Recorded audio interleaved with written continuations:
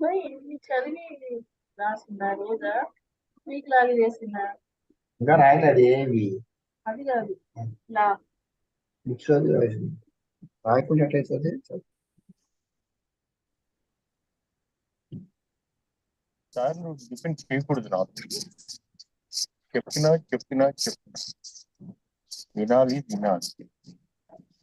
ఎందులో పెట్టేది చెప్పాలి కదా.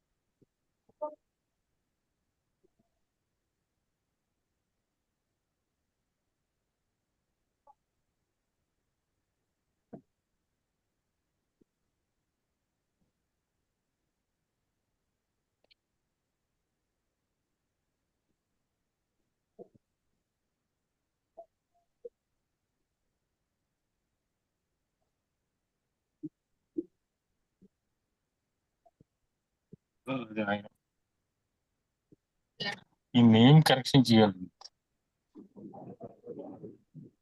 ఈ నేమ్ కరెక్షన్ ఎక్కడ చేయాలి? నేను వెళ్ళనా? అదే. వెళ్తున్నా. వెళ్తా.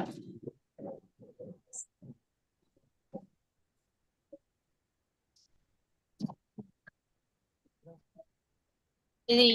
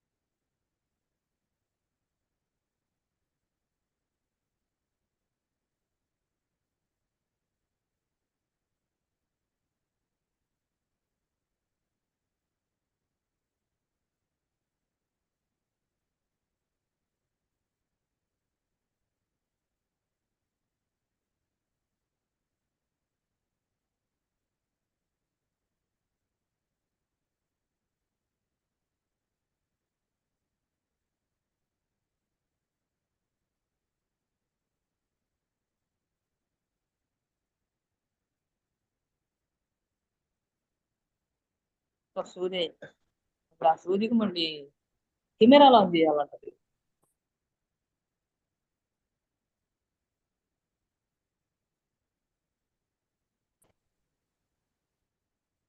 నమస్తే సార్. నమస్తే, how are you? Fine sir.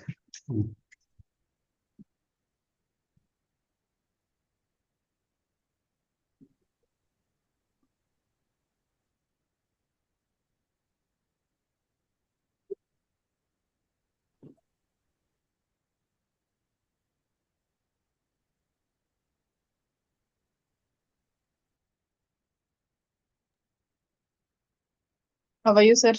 Fine, fine. How are you? How many are there? I am not able to see here. 48 members. Okay, okay. Now slides, if you give access, I may also try to share. Otherwise, you can also present. The slides I sent to you. My PPTs I sent to your mail. Actually, we are going to add you as a co-host. Okay. Funny? He was Can already proportional. If you add మీరు co-host, I can also operate from my side. yes, sir. Yes, sir. Access to be given from your side. Or I Ichesam. don't know if it's going to open here. If it opens, well and good, I can operate myself, or else somebody can help from that side. Yes, sir. We are there, sir.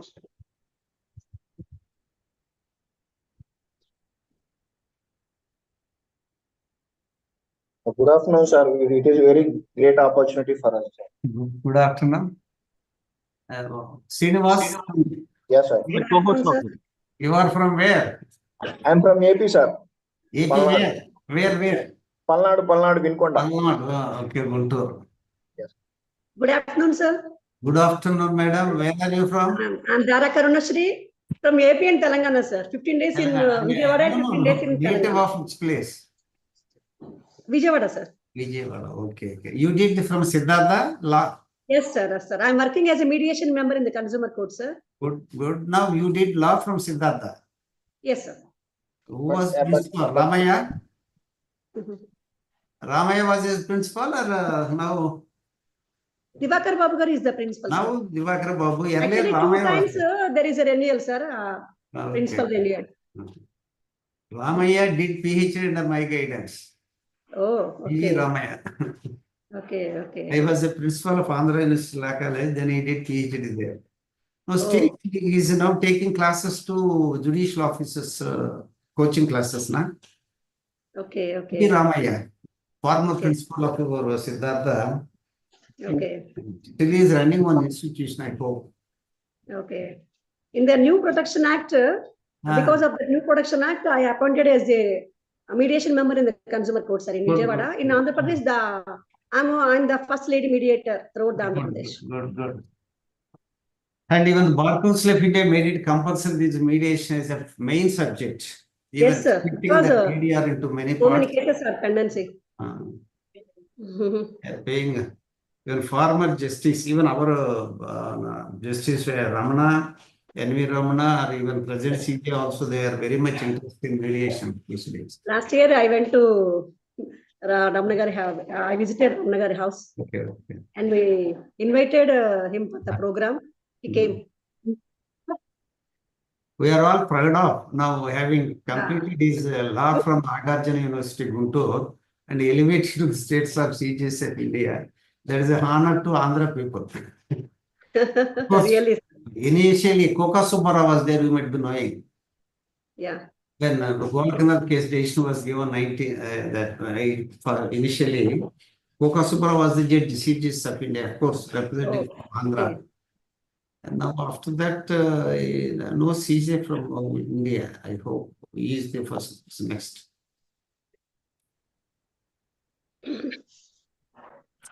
So very good evening to see you, sir. Good evening, good evening. May I know your good name? I am Ravikumar from Petapuram, sir. Petapuram, good. Yes, sir. Yes, sir. How are you, sir? I am so happy to see you, sir. Okay, now where you did law? Where you did law? Sorry, sir. Sir, pardon? Where you have completed your law? Yeah, just previously, sir, recently. Where? In Rajiv Gandhi Institute of Law, sir, Kakinada.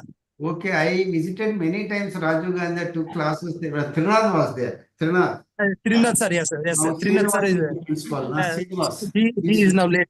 Now Srinivas, sir. Srinivas, I know. He is from Yes, sir. Yes, sir. How are you, sir? Fine, fine. Abhi Jampani Prasad is there. One Prasad. Next to Srinivas, Jampani Prasad. Jampani Prasad is, I think he is a lecturer, right? Lecturer only. But yes, sir. Yes, sir. Yes, he is there, sir. Is there? He is also senior teacher. Yes, sir. Who did law ML from Cochin University, not in Andhra. Okay. Many of your students have called me, sir. How you know, sir? Catch hold of you, Professor. How you know that Subramanian garu? I said I followed his transfer of property in my graduation. That's how I met him. నిజంగా చాలా బాగుంది sir అది. I had an opportunity of meeting many even lecturers in Andhra. I know each and everybody in Andhra. Whoever is a teacher of law, I know him.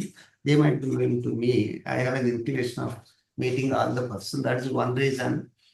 And now students may be knowing because this transfer of property book, many have studied in their degree level, not is a bigger one, as a small one, and they got through.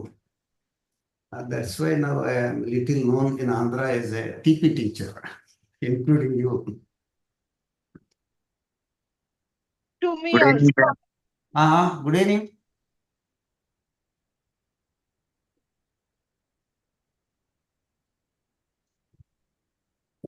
Shall we start, sir?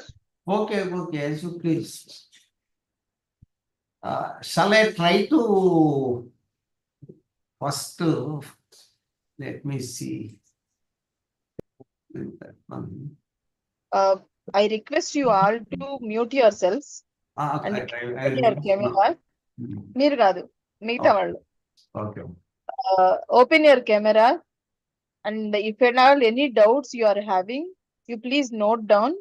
At the end of the session, you will be given an opportunity of clearing your doubts. You try to please open your camera so that it will be some extent, some encouragement to the speaker, and you will also understand the class properly.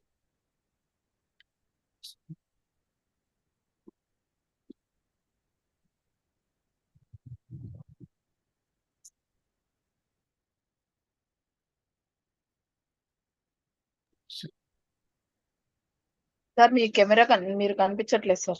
నాకు కనిపించడం కదా. మీరు camera open చేసుకోవాలి. ఓకేనా, open అయ్యే ఉంది, but now it's ఓకేనా? లేదు సార్, క్లోజ్ చేశారు. మరి క్లోజ్ చేసి. ఎస్ సార్, మీరు కో-హోస్ట్ కూడా సార్. మీరు యూ కెన్. కనిపిస్తుందా? Is it visible now? No sir, మీరు వీడియో క్లోజ్ చేసుకొని ఉంటారు. వీడియో చేశానా? Okay, that might be the reason. And I am not coming back.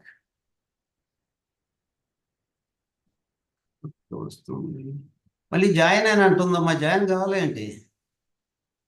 లేదు, యాక్చువల్లీ వీడియోకి జాయిన్ అవ్వమని అడిగిందేమో. మీటింగ్ ది నంబర్ అంటుంది ఏంటి? అదర్వైజ్ లాగ్ ఆఫ్ అయి నేను ఒక మెసేజ్ పంపించాను చూడండి, దాన్ని క్లిక్ చేయండి. మెసేజ్ ఈమెయిల్ లో పంపాలమ్మా? లేదు లేదు, యాక్చువల్లీ నేను మీకు మెసేజ్ పంపారు. Through that can I join? మీరు దాన్ని క్లిక్ చేస్తే మీరు కెమెరా ఓపెన్ చేస్తారు. Still you are on the line. I don't know why it is not. So still we are able to talk now, which means we are on the line. Why that's not opening? I'll do one thing. First I will log off. I'll come back again.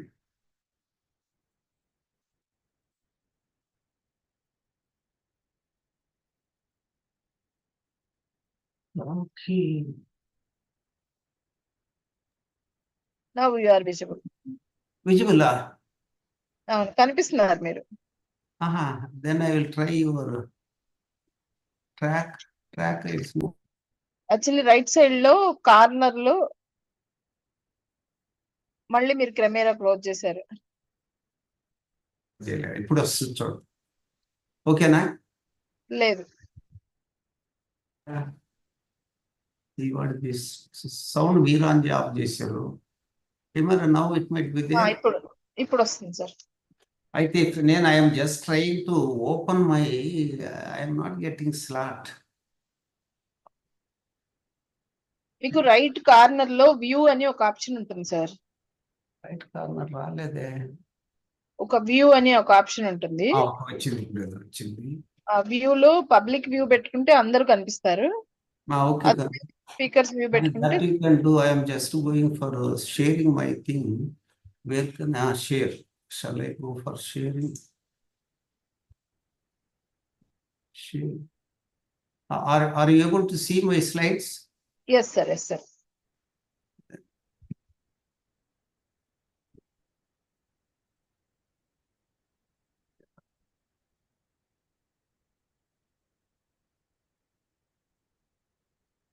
Is it visible now? Yes sir. Okay, good. So Well, before starting the session, sir, I may be permitted to introduce you to the today's Okay. Proceed. participants, sir. Mhm. I'm very happy, sir, that you have accepted our request and you have you you you come forward to explain us about the gift of that law related to gifts, sir. Uh, Sir, now he is dean of um,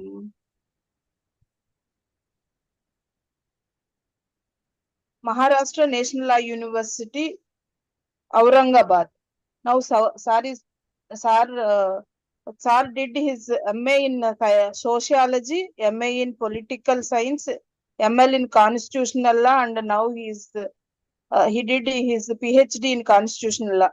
He wrote many books. In the said process, I got an opportunity of reading the books wrote by sir. In my law graduation also, I read his transfer of property, and so that I got some idea about the property law. Sir he is having many achievements in his life. In fact, if I start reading all his achievements, it is it will take 1 hour. So I welcome you, sir. I'm very glad that you are there with us. And please, over to you, sir. Please start the lecture, sir. Thank you, Sridevi. Initially inviting me to share my feelings on a specific area of transfer of property, that is law relating to gifts. And now transfer of property, of course, it is a subject given to me by force, which I was accepted reluctantly when I joined just as a lecturer in 1984. So that has helped me to work more and again to prepare some inputs in the sense of some reading material students as a small textbook. And students were started appreciating me, then I just elaborated. And now the recent book is available published by Asia Law House. One is Law of Evidence and another one is Transfer of Property. You may be having. I sent some copies to you and one set also I have dispatched to Sridevi Garu. Now they may be having. Of course, this is a subject which brought me a good, I can say that a reputation and a feeling to me, having worked almost 20 years over this subject, continuously discussing with the students. And now on Indian Law Institute, which is a primary research institution of the country, there I am a life member of Indian Law Institute and also elected a member twice in the body of the Indian Law Institute. And it is a deemed university. Now I am a governing body member there also. And they have requested to contribute annual survey of transfer of property every year. I don't know now, you are the advocates. I want to give one good information to you. One good thing Indian Law Institute is doing in the country is they are preparing one book every year, 750 pages book. That book name is Annual Survey of Indian Law.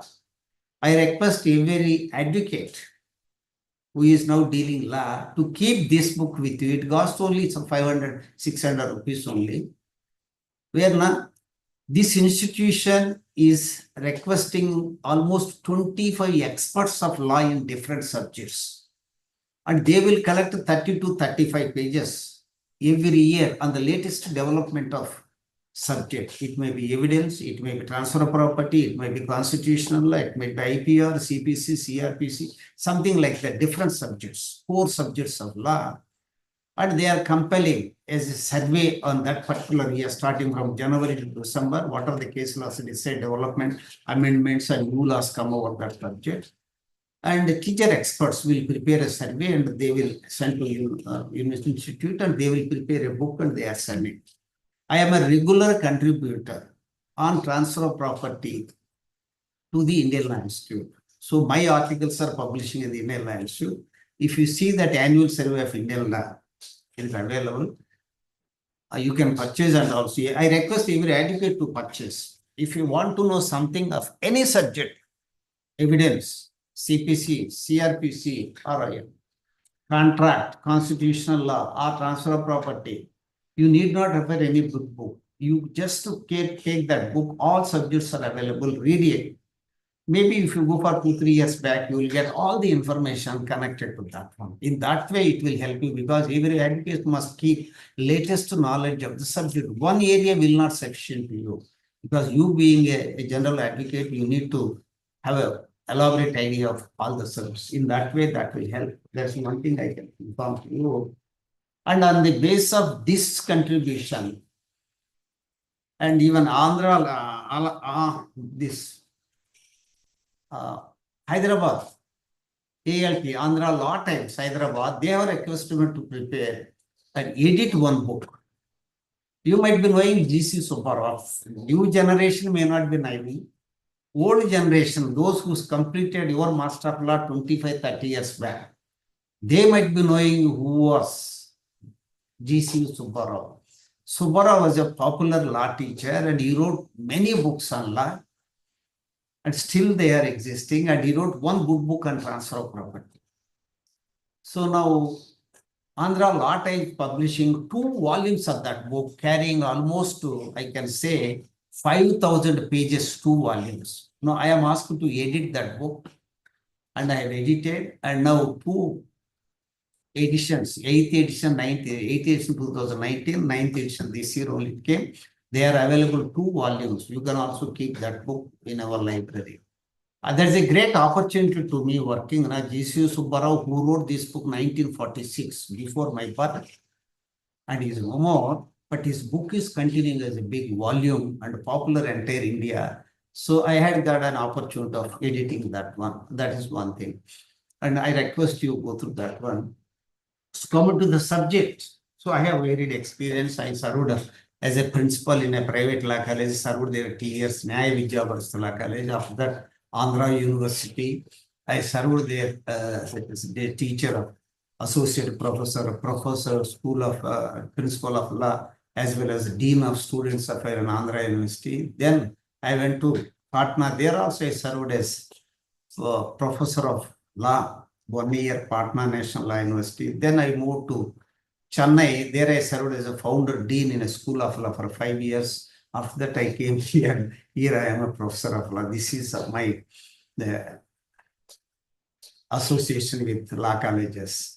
Okay, with this one, I have been working on different subjects, constitutional as well as transfer of property also. And my object of giving students, not for any elaborate one, I wanted to give students in brief, as a spoon feeding for understanding the property subject, transfer of property law. With that aim, I started and I have succeeded, I can tell you, though it is a small one carrying 300 pages, everybody love to read that one. That's why you might be knowing YAGNA Institute. Yours is YAGNA, that Vignan at Hyderabad, who are giving coaching to all the prospective judicial officers. And they suggest, whenever they join, first to read this book, Professor Subramaniam book, initially for any examination. I am happy that Krishna, who is now director of that one, used to contact me also.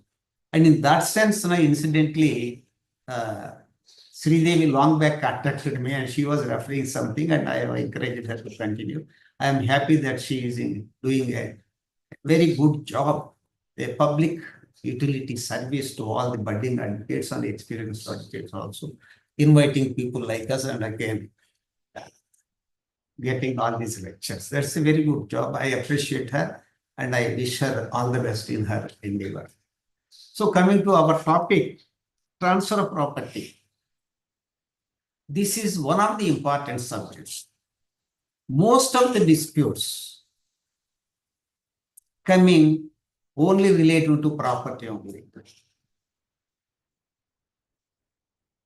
Because if you are thorough with the property, you can deal your case well. And what are the provisions connected with transfer of property? Property includes what? There are many items. Your property includes your mobile property, your immovable property, your rights over the property, many other items. When you want to file any case anywhere related to any property dispute, you must establish a substantive right, violation of that right from your client, of your client. So that you can assist only when you ascertain that right from very tenements. As you know, the bulk of law in India, the body of law, or majority law is substantive private law. So law may be divided to two categories: substantive law, procedure law. Substantive law means a law which gives rights and responsibility to the people and also obligation to others. That is substantive law. Transfer of property is a substantive law. Contract is a substantive law. Company law is a substantive law. So like this, all these laws of private nature, it's not public, private nature, they are substantive law. Most of the negotiations are emanating from these provisions only. Coming to the public law is constitution, administrative law, criminal law. So when this public law also will give substantive right to the persons, but once a right is given, that right is common to all the persons. You need not enter any contract. Automatically you will get right in a public law.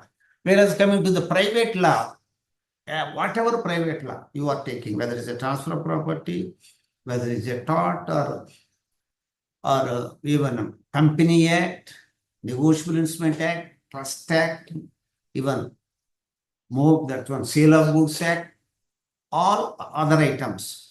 And there you will get a right only when you voluntarily interfere there, join there. When you are not interfering, that law is not going to operate to you. So that is why in commercial tax transfer other items, the first and foremost private law in India is contract. So that's why every student of law must study Indian Contract Act in general, starting from section 1 to 175. General principles of contract, you must be thorough with all sections 1 to 75. So once you are thorough with the general principles, you will be thorough with all other substantive laws, be it a transfer of property, negotiable instrument act, trust act, company act, sale of goods act, agency, other items. So general principles starts with that one. And as far as the transfer of property is concerned, this is nothing but the extension of the general principles of transfer of property. You must consider that one. Extension of the principles of, if you see section 4 of the Transfer of Property Act, it says that it is extension of the principles of the Contract Act as far as related to immovable property. So that's why one must be thorough with general principles. In that sense, transfer of property, basically, this is a law which we got from Britishers. We have not prepared this law initially. Prepared by the Britishers, hand over to the people of India. It has been continued for a longer period in India, even from 26 January 1950, when new constitution was established, and we did not throw this transfer of property. We have continued because it was framed by the Britishers, continued, it has been working. So that's why constitution approved and we have followed. Not only law, many other laws. For that matter, CPC, CRPC, evidence, other provisions, Company Act, many, they were continuing with the permission of Constitution, like transfer of property also continue. So in this, so acquire the property is more important to anybody. Once you acquire the property, how you are going to keep it? How can you say that you are owner of that property? If you acquire any immovable property, you must acquire that property on the basis of the principles provided under the Transfer of Property Act, whether it is the General Principles of Transfer of Property Act or a specific one. So that's why if you want to say that you are a owner of any immovable property, you must have acquired that property only on the basis of the provisions provided in Transfer of Property Act. So that's why it is important. So there you can say that I acquired it, it is my right is violated, I am coming to the court for justice, and you can plead it. So that's where your substantive right you are asserting and put forth before the court, and court will decide your right. And court will call the other person when it's violated. So that is about. Basically, gift immobile property. Now, transfer of property mainly intended to transfer of your right over immovable property one to another. Transfer of immovable property. But if you have a transfer of mobile property with you, you want to transfer, Sale of Goods Act is applicable. If it is transfer of immovable property, Transfer of Property Act is applicable. However, transfer of property is not meant only for immovable property. It is also applicable to movable property also. Gift, exchange, actionable claim, other items. Some properties, mobile as well as immobile, can also be transferred where transfer of property is applicable, though it is mainly meant for immobile property. That's what you have to consider initially. So after that, we have 137 sections in this Transfer of Property Act, 1872. Out of 134 sections as a group, this can be divided to two categories. One is general principles of transfer of property. Second is specific transfer. I am giving only introduction for 5 minutes, then I will go to specific topic, because introduction importance is also necessary as a briefing to you.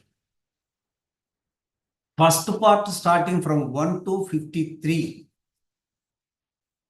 A is known as general principles of transfer of property. Why this part is considered as general principles? There are very, very essential principles identified as far as they related to transfer of property. They are provided in the first part of the transfer of property.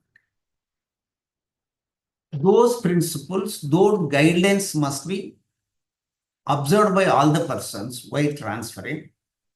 Even if you transfer any property without knowing those general principles mentioned in the first part of the transfer of property, section 6 to 53A, those guidelines when you are not following, subsequently you cannot say that I don't know, I have transferred and you are right, something like that. Law will not help to others. Ignorance of law is not allowed. So that's why you must study what is the principle of law related to that one. I'll give an example. If you read section 6, it says what properties cannot be transferred. There are certain properties which you are not allowed to transfer, like special accessories, other items. If you transfer those properties to other, you don't have any right, other will not get. That's what the section says. Like that section 10 and 11. Right against inalienability, right against enjoyment. So when there is a property, you should not impose any condition, you should not transfer this property to other while transfer. If you put that is violation, that's what the general principle. When you transfer to other, you should not put a condition that you should not enjoy the property like this. Whenever you are taking property, your purpose is to enjoy the property. When somebody is putting transfer or putting condition, it is not allowed. Like this, many principles are provided. It may be election, it may be restraint, it may be lispendence, it may be part perform, other items. Those principles one has to study and you have to follow those principles. When you are not following, you will not get any right at all. So that's why observation of the general principles are also important. Also important. That is the first part. It is like an equivalent to essentials of a contract. I think I don't know how many are having depth knowledge of the essential contract. Everybody knows. There are certain conditions to be satisfied in order to establish the validity of any contract. Offer, acceptance, consideration, and consents add item, other items. Property must exist in other items. But one more condition is, whenever any person entering into a contract, it must be a contract which is not prohibited by law. That is another condition for validity of the contract. So contract at itself has imposed certain conditions that if you are entering the contract, those conditions, it is invalid. Why that is there? So that is a restriction. If you enter a contract in restraint of marriage, in restraint of trade, unlawful purpose, illegal purpose, they are void automatically. That's why you are not supposed to enter. Like that, when you are entering, transferring any property, you should not put any condition not to transfer. You should not put any condition not to enjoy. You should not transfer a property which is prohibited. Like this, these are the principles provided in the part, and that everybody has to follow. This is a general principle applicable to all the persons. In a way, they are the guidelines, some way restrictions while transferring a right. So that's one. So coming to other part was known as the second part known as the specific transfers. From 54 to 137 of the transfer of property relative to specific transfers. They are called specific because you transfer property with a specific heading known as it may be sale, it may be mortgage, it may be lease, it may be an exchange, or it may be gift or actionable claim. So when you transfer your property by sale, when you are giving out and out your rights to somebody, it is a sale. Mortgage, when you are giving only some rights to other, right to possess, right to enjoy to mortgagee will get possession, mortgage will enjoy the property. Sometimes you can mortgage without possession also. It is mortgage. Many provisions are provided there. Coming to the lease, lease is also a kind of transfer. Lessor, owner will give the property to the lessee. Lessee will take it. Lessee is having leasehold interest, and he can. Lessee must always possess the property of others. Owner. Lessee must be allowed to enjoy the property. In which case, possession is given to the lessee.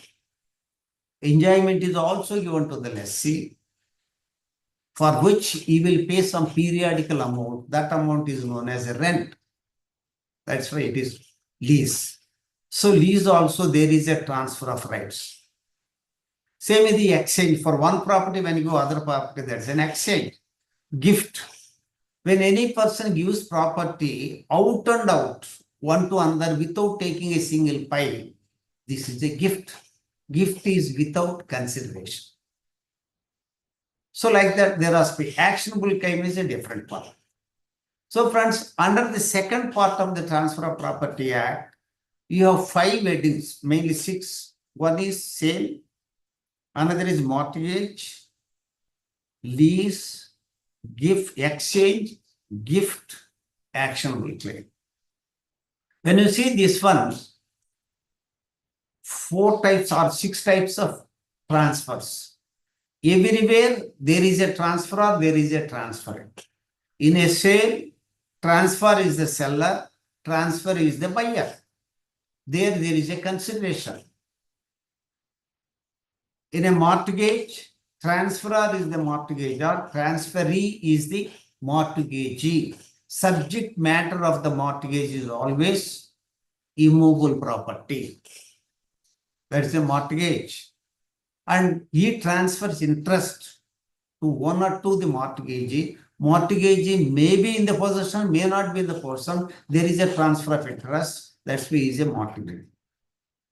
Next, lease. In lease, owner, he transfer as a lessor to the transferee lessee, possession of property, enjoyment of property. So that is known as a lease. Transferor is the lessor, transferee is the lessee. Leasehold interest, the interest which lessee holds, that is known as the leasehold interest, and he is entitled to possess and enjoy the property. Is only obligation to the periodical amount to the owner, basing an agreement reached as in a lease deal. That is a lease. Gift. Gift is also transfer of immovable property, movable also from one person to another without taking a consideration. In sale, there is an out and out transfer of all the rights to one for consideration.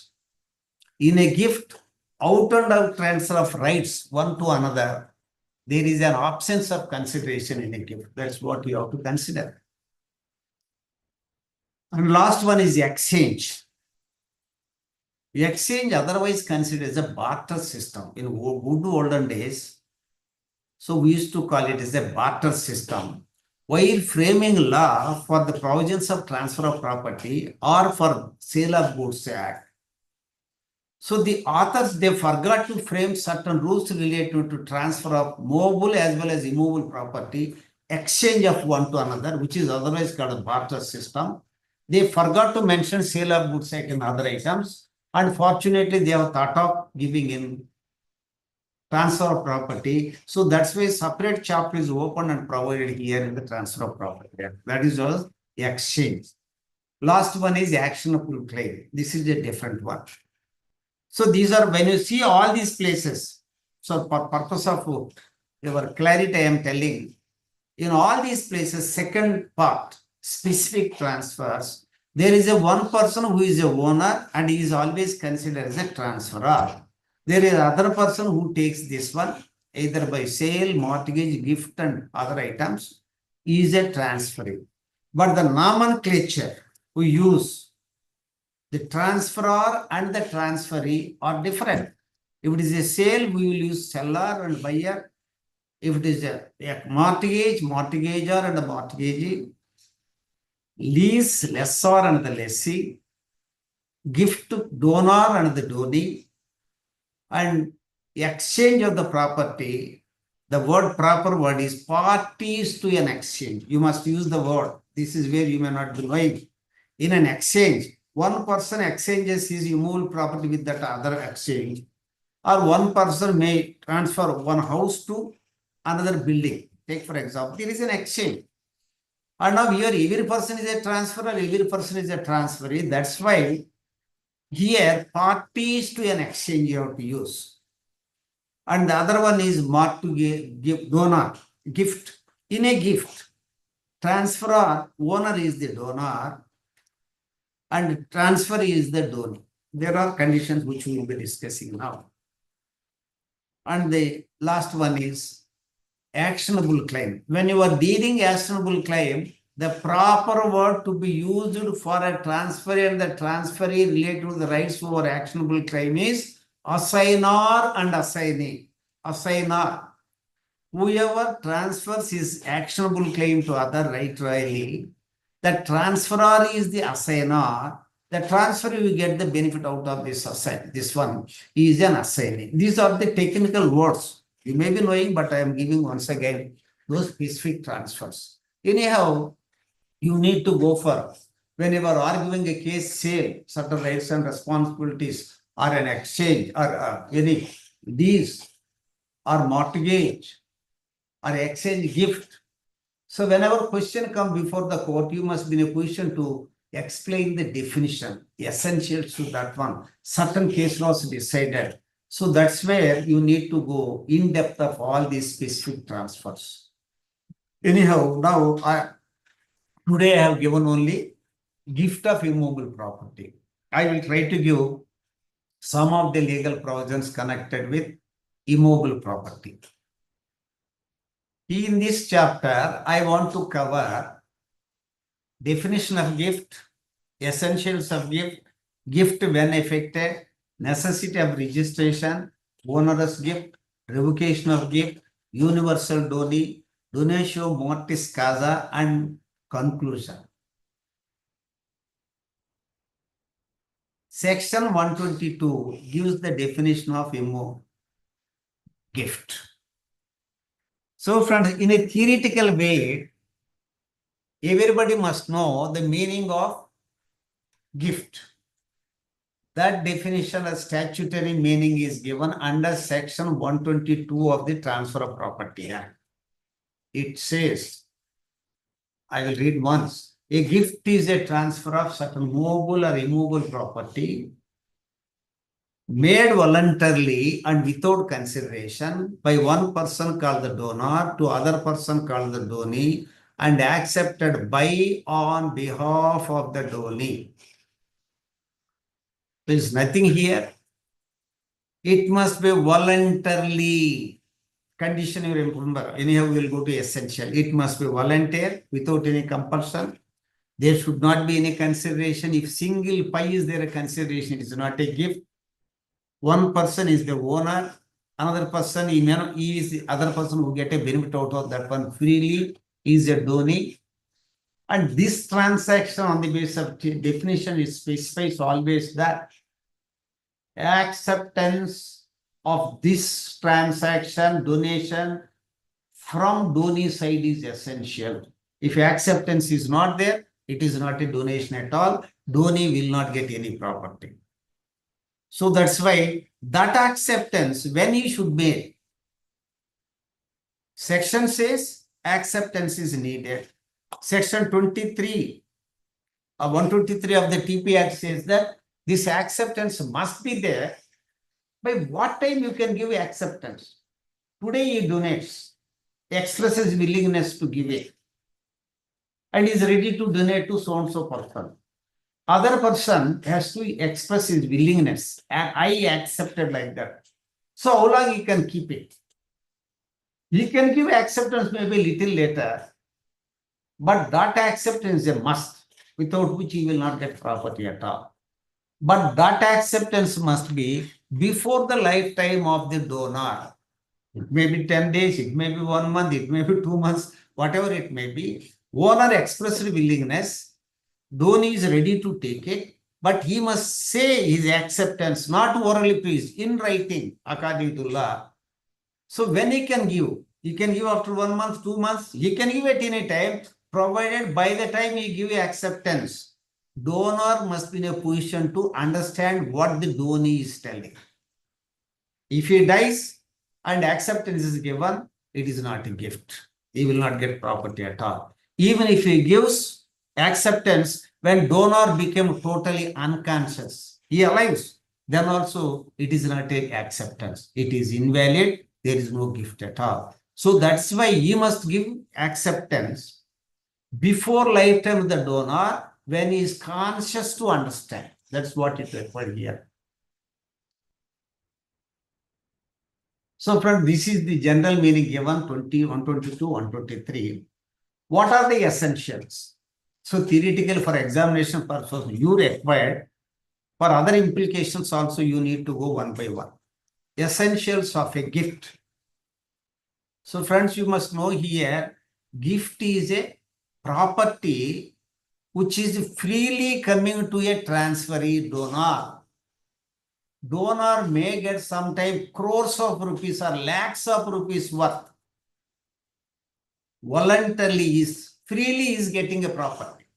When he gets the property, he will become absolute owner. He can enjoy all the rights. There is no restriction there. Once you are a donee, once you act that one, automatically possession or the ownership passes from the donor to the donee. Donee will become an absolute owner of that property. He can enjoy like an absolute owner. When you purchase a property, when it is registered, you are a owner. As a buyer, you are a owner. You are the complete owner of the property. Same is the case here. The donor gets the property even without paying a single pie to the donor, and he will become a owner. He will also enjoy all the rights. So that is the effect of gift. when a person is getting all these rights over immovable property without paying a single fine, he must follow certain conditions. Law will protect him. Though it is coming freely to him, he is as good as a real owner of that property, as fully owner, and law will always protect. Object of the Transfer of Property Act is, you must remember please, object of the Transfer of Property Act is, for all other items, to provide sufficient provisions in the Indian Transfer of Property Act so that transferee's rights as a owner of the property must be protected. Transferee rights. Who purchased the property, who gets the mortgagee, or who is a donee, or who is a transferee, or who is a lessee here, and their rights are being protected. So friends, here you must also remember, protection of a rights over immovable property does not mean you are the owner, your rights are protected. In a sale, buyer is the always owner, fully owner. His rights are protected. In a gift, donee is a fully owner of the property. His rights are also protected. Coming to mortgage, coming to lease. Coming to mortgage and lease, these two items, a different setup. In a mortgagee is not a complete owner, remember. In a lease, lessee is not a complete owner. They are the transferees of the properties. If mortgage is a transferee of the mortgage property, mortgagee's rights over the property are governed on the basis of the mortgage deed. Whatever conditions specified by the mortgagor in favor of the mortgagee, accepted by the mortgagee, they will be governed on the basis of the mortgage deed. If some problem is there, they can be decided on the basis of some of the provisions of mortgage. Same is the case for lease also. In a lease, lessee is not the complete owner of the property. Lessee can possess the property, enjoys the property during the lease period. He is also having a leasehold interest. He can continually enjoy that right. Suppose his leasehold interest right is disturbed anyway, there are many provisions provided in the lease deed. These are the two different items compared with gift, compared with sale. In sale, out and out transfer is there. Buyer is a complete owner. Only thing he pays the consideration. In gift, there is an out and out transfer of ownership. Donee will become a owner when he accepts.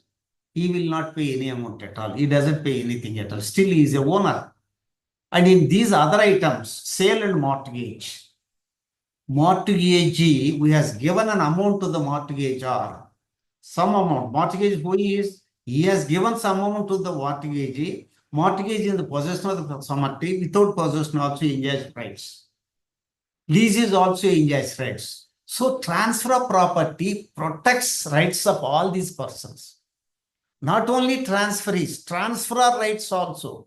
If some disturbance is there in enjoyment or transferring or entitlement other items, those rights will be challenged before the court as violation of their right as a lessee, as a mortgagee, or as a buyer, as a donee also, or even for that matter, parties to an exchange.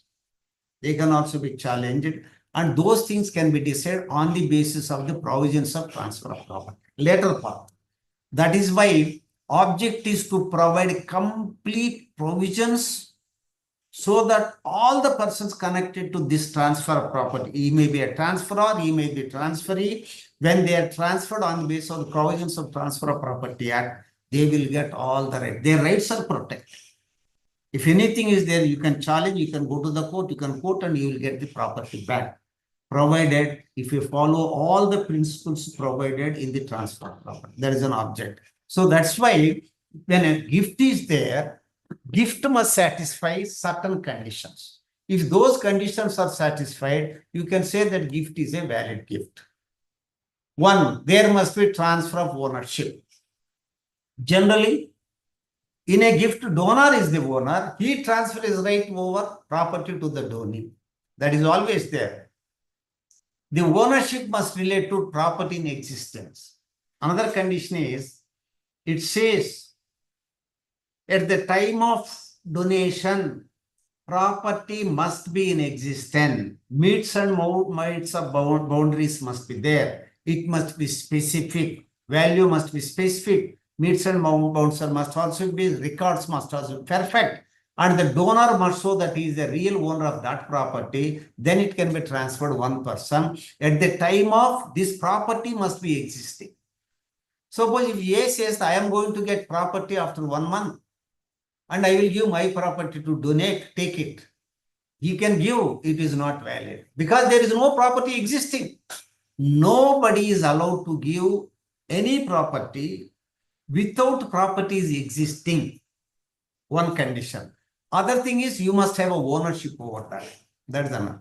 It must have been made voluntarily. Just I mentioned the definition. There should not be any compulsion. Donor must give his property to the donee out of love and affection or anything. If he is interested in somebody else, he can also give. So that voluntariness is necessary. As even a contract also, you cannot compel anybody to enter into a contract by force. So there are many conditions where contract can also be vitiated. Contract may be vitiated, many conditions. Willful, this one, coercion, fraud, undue influence, like that. So whenever like that established, it is also violated here. So there should not be any disturbance. It must be voluntary. Will compulsion should not be there. Transfer must be without consideration. Notable point in the mortgage is gift is an absence of consideration. Sale is a presence of consideration. When you say that there must be sale, there must be consideration. When you say that there is a mortgage, there should not be any consideration at all. It must be voluntary. You take 1 lakh rupees worth of property as a donor gives you. You pay 5 rupees to him for 1 lakh rupees worth of property. It is a consideration. Even if that 5 rupees accepted by the donor, it is not a donation at all. It is not a gift at all. It is invalid. So that's why absence of condition. There must be a donor, which means there must be a owner. Owner must also existing. Suppose if he is no more, you cannot give. He must be the owner. He must be existing at the time of transfer. He must be conscious. There must be a donee. Donee must also be there. This is more important, please. When donor wants to give property to donee, donee must also be existing at the time of donation. Generally, you cannot give a property who is not in existence. That is one condition. But we have provisions of TP Act. Transfer of property to unborn person, section 13. That is an exception to this rule. Some conditions are satisfied, then only one can transfer property to unborn person. That is an exception. But general rule is donee must be existing at the time of donation. And most important thing is donation must be accepted by the donor. Donation must be accepted. That's why section 123 of the transfer of property says acceptance from the donee is necessary. That acceptance donee must give before lifetime of the donor. Even he has expressed property is there, acceptance is not there. How long this can continue? This may be 1 month, 2 months, 2 years, 3 years. But even if anybody gives after 3 years, at that time donor must exist, he must be conscious, understand. So the last one is acceptance is necessary. Why this is made compulsory? Can you tell anybody? I will ask question all of you. Can anybody answer this one? Why law insists? Provisions of gift charter insist that a donor must accept the donation given by the donee. Donee must accept the donation given by the donor. Why these conditions are? Can anybody say with your minimum, whatever knowledge you have? May I get an answer from you? I don't know how many are there in the... Sir, without acceptance, agreement avadu kada? అవునమ్మా అదే నేను కారణం లేదు. Without acceptance it is not an agreement, it is not a lawful this thing, and you will not become a owner. A transaction will automatically be valid. That's what Article Section 123 says. My doubt is, so why this made a compulsory? What might be the reason? Consequences, the reason. Suppose law, whenever any condition is put in anywhere, statutory, this one, it is not an ordinary thing. There is some reason for putting that exception, some reason for taking strict. Now, can anybody tell? Sorry. Sir, without acceptance, the gift cannot be legally binding, sir. That is what other she is also telling. Ramavati is also telling same thing. And That means Dhoni must know whether the property is legal property or not. Okay, that is another reason. There is no That is payment. another reason. In risky. Sir, acceptance should not be forceful. There is no payment in growth. consideration here, sir. So, Some properties are in risky condition. Property. In risky condition. Okay, that's other sorry is also telling same thing, na? Okay, risky condition. Okay, if it is a risky condition, there is other provision which I am going to tell to you. That is onerous gift. We will be dealing that one in the onerous gift. So, can anybody think we can tell? Sir, acceptance should not be forced upon. Then property will condition. belong to government. Then property will belong to government. No. No. It's not like that. If government property, yourself, myself, we cannot give because that is a eminent domain and that is a government property. Government is a owner. It can also give provided certain conditions are satisfied. It is incomplete action. Property will go to the government normally. Sir, No. acceptance should not be forced upon. That I have already mentioned. It must be voluntarily forced upon. Someone It is becomes purchasing incomplete action. and growth. Such cases will come. Okay. Some consequences may follow to that one. And sometimes it will not clear. One person informed that it's not clear. But other important thing is Taking the possession, sir. Taking possession anyhow, once he accepts, and he will take a possession automatically, even if he dies. Take for example, after accident passes, other person can enjoy, successors will enjoy.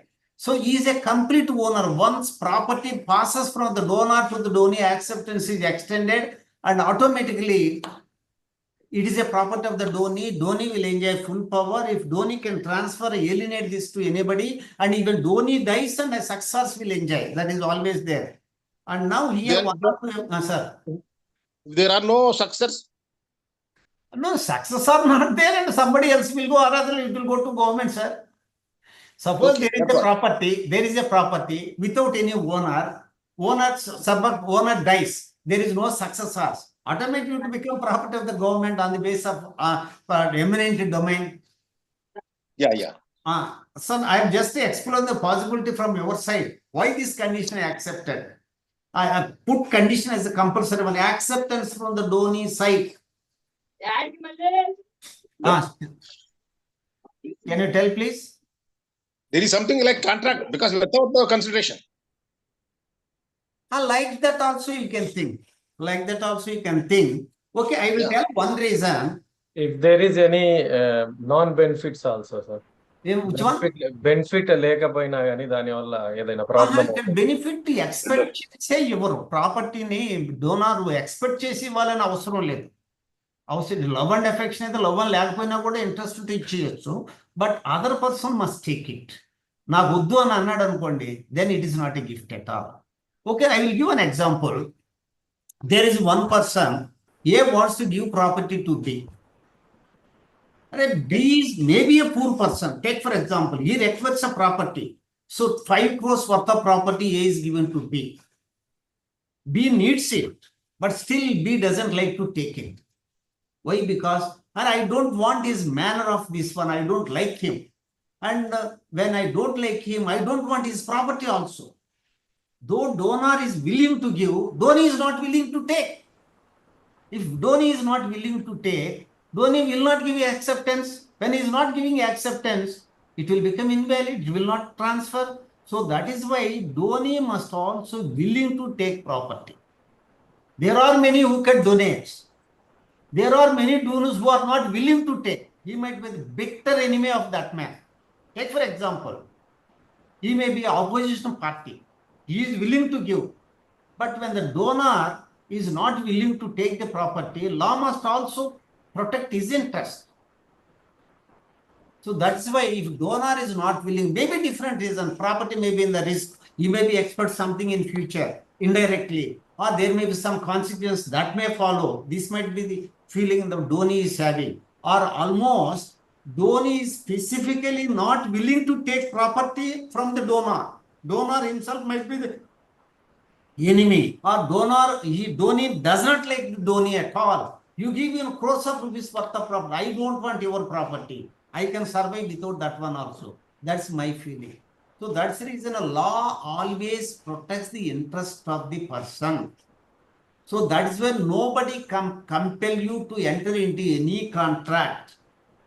Any contract. If somebody compel you any contract, whether it is sale of goods act, whether it is a transfer of property, if anybody compels you to purchase this property, it is a violation. So this is the reason why donee must accept. Okay, these are the conditions which I have already mentioned. I have discussed. He must be the person. Donee must be there. Coming to the acceptance. A gift must be accepted by the donee or someone on behalf of the donee during the lifetime of the donor and when he is capable of giving. It need not be the donee sometimes, only specific circumstance. Donee is a minor, somebody may accept. Donee may be the person with disability, but he requires some assistance. A donation is given, somebody else authorized on behalf of the donee can also give. Is the acceptance. He can give on behalf of the donee, but for that the acceptance must all be during the lifetime of the donor as a public. A gift without acceptance is no gift at all. That's why he will not get a transfer. This is mentioned in R. Kumaraswamy Counter versus Elumalai Counter, 1954 case. A gift without acceptance is no gift. That acceptance may be for different reason he has not given, or the donee himself not willing to give his acceptance. He doesn't like to take the property. That's what you have to consider. Suppose he says, I will give oral acceptance. One big advantage in Indian law is, you must remember please, in British English law, contracts without in writing, they are not valid. In India, contract without writing or oral also they are valid. Because many contracts every day, we are executing those items without any writing, in writing. Orally we are going. We just go to shop, we purchase something, come back, there exists a contract. Like that, many thousands of transactions, value of transactions there. And Indian law allows over transfer. When it comes to the acceptance related to the donee, it must always be written. That's what it indicates. Your acceptance must be in writing. Yes, I have accepted donation signed by the donor with his full name, time, date, and everything must be there. Then only it is completed. Gift acceptance is also completed. So oral acceptance, there are occasions earlier, and Sridev was telling oral acceptance is given, it was not implemented, something happened. After that, now they are claiming this property. If oral acceptance is given, it is also as good as no acceptance at all. So it must be in writing. It is decided in 2008 again, Ramesh versus Tara Chand case. That is reported in AR. Gift to several person who does not give acceptance. Suppose gift may be one person, gift may be 2-3 persons. When 2-3 persons gift is given, either jointly or separately, take for example, A has XYZ properties. A wants to give this XYZ property to 3 persons. C, D, B, C, D. These are the person whom A wanted to give property, X, Y, Z property. Maybe the three different person, two different properties. If three different properties are given, three different transactions, that's a different. Everybody has to give acceptance. Here, three different properties may be given to A property, X property one, Y property to other, Z property to other specifically, but in a single document, reduce it in a single document, and acceptance must be there. So three persons must accept. Out of these three, only two accepted, one has not accepted. What is the value of this gift? There was a gift made by one person, donor, to three persons, three different persons, specifically mentioning the property. X property to one, Y property to other, Z property to other, owned by one person. And now acceptance combinedly they are in single document. Two persons only signed, accepted. One more person not available, he has not accepted. What is the value of this property? Transaction. Here the rule is, if 3% that acceptance is extended and specified also, if two accepts, one is not accepted, this transaction is not invalid whole. To the extent of two persons we have given acceptance is valid, to the extent of other person it is invalid. That's what you have to consider. Can it be declared void to the extent it belongs to the other who do not accept? Yes, it can be declared. Gift made effective, that I have already mentioned, during the lifetime only it must be there. If at all delivery must be there, delivery must be given the same time. So if it is a mobile property, you can just hand over to that person when Sale of Goods Act says. Immovable property, can you bring immovable property and hand over to him? That is not possible. For immovable property, the procedure is, for sale and gift other items, there must be an agreement between these two.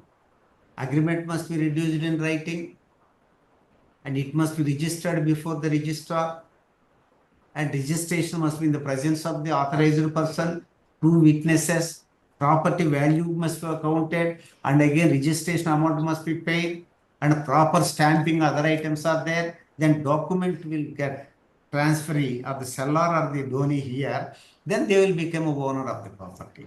So either sale or a gift where out and right rights are transferred one to another, there must be a registration. Sale exceeding 100 rupees, very minor, old rule, must be registered. Gift also, if gift of immovable property exceeding 100 rupees, it must be registered, without which generally he will not become the donee. So gift must also be. If it is a gift of mobile property, provision is provided there also. Mobile property can also be given as gift. If mobile property is given by sale, you must remember the Sale of Goods Act provisions applicable. If mobile property is given as a gift, it is not the Sale of Goods Act provisions applicable. It is only gift provisions applicable under this section, transfer of property. That's what you have to consider here. Sale of gift of mobile property, transfer of property applicable. Sale of mobile property, Sale of Goods Act applicable. Sale of immobile property, TP Act applicable. Gift of mobile property as well as immobile property, TP Act provisions applicable. So now these provisions applicable to mobile and immobile property. If you give immobile property a chain which carries 1 lakh rupees worth of value, you can just hand over a delivery. Acceptance is enough. Acceptance is enough. And if it is a gift of immobile property, it must be in writing. Registration is needed. These are what the items required. This is the effect of, I request all of you to read this one. Anyhow, slides are available with her and she may put you on the line. You can go through it. How far registration is compulsory? That's what. If acceptance is there, in writing acceptance is there, it is as good that all the formalities are over. registration may be done after some time. After some time, acceptance is more important. That's what the decision here. For getting more powers and become a strong owner of the property, without acceptance, Dhoni will not become a owner in writing. But sometimes, if property value of the donated exceeds 100 rupees, very nothing, that has to be changed now. Law has not changed so far. There is a great demand. 100 rupees value fixed for registration is a very old thing. What you will get for 100 rupees? Nothing. But this is outdated one. It must be changed. Anyhow, they may change. All other laws they are changing. This particular provision they are not changing. We hope that we will change it. And where you have to consider donation, any donation exceeding 100 rupees must be registered. That is the rule. But if you raise this one, decision here was registration is only a formality which a government officer may complete after some time, and acceptance is over, then you can consider gift is valid. That's what. Here you read these items. Kalyan Sundaram Pillai versus Kurupa Mopanar. So Vaidalingam Pillai, a trust was created so and so day. Kurupa Mopanar, who was appointed as a trustee, and the plaintiff here received the document. Same day, he received unregistered documents. Unregistered documents only, they were not. Vaidalingam Pillai, who transferred here, this man adopted somebody else. Next day, he has no co-partners. On 15th of same month, the deed was registered. After weekdays, deed was registered, and this registration was challenged. By the time the deed was registered, I was there as one of the co-partner. I am also entitled, and now this property transfer was invalid by Vaidalingam. This is what this new co-partner challenged. And the court was asked to consider what is the importance of registration. Is it so essential? Here, because it is not registered, can you invalidate it? Court has mentioned that registration is only a formality which can be followed later. Who is doing registration? Registration not, you are not doing, myself is not doing. As a owner, as a donee, these two persons are not doing. They will only give documents, they will sit there, photos will be taken, and the signature witness is there. But the authority is a person appointed by the government as a registrar. So this is a third person business authorized by the government, so that this can be completed at any time. At any time. So that's why even though registration is made after adopting a person as a co-partner, this person is coming. When I am a person, I have a right over that property. This property cannot be donated to other person. That was a challenge made by this man, which was not accepted. And it was considered registration is only just formality. As far as the effect or completion of the gift is concerned, once gift satisfies other conditions and ultimately accepted by the donee in writing, accepted by the donee, and from that date onwards, you will become a complete owner of the property. Registration may be completed at any time. It is only just formality. So that is the effect of registration. Anyhow, for better rights, registration is a must. That cannot be escaped. By observing the above section, we can conclude that registration of a gift is a necessary if it is mobile property, immobile property, and for mobile property, it is only an option of the parties to the gift. However, a different view is expressed to somebody else. That's what it is. So now one of our participants have mentioned that about the gift which can be taken over back. So remember, please, strict provisions are provided in the Transfer of Property Act. Once you donate, that is a generous contribution from your side giving to other person freely. Donee is also lucky because he is going to get without any payment remuneration. He will become a owner. And certain stringent provisions are provided.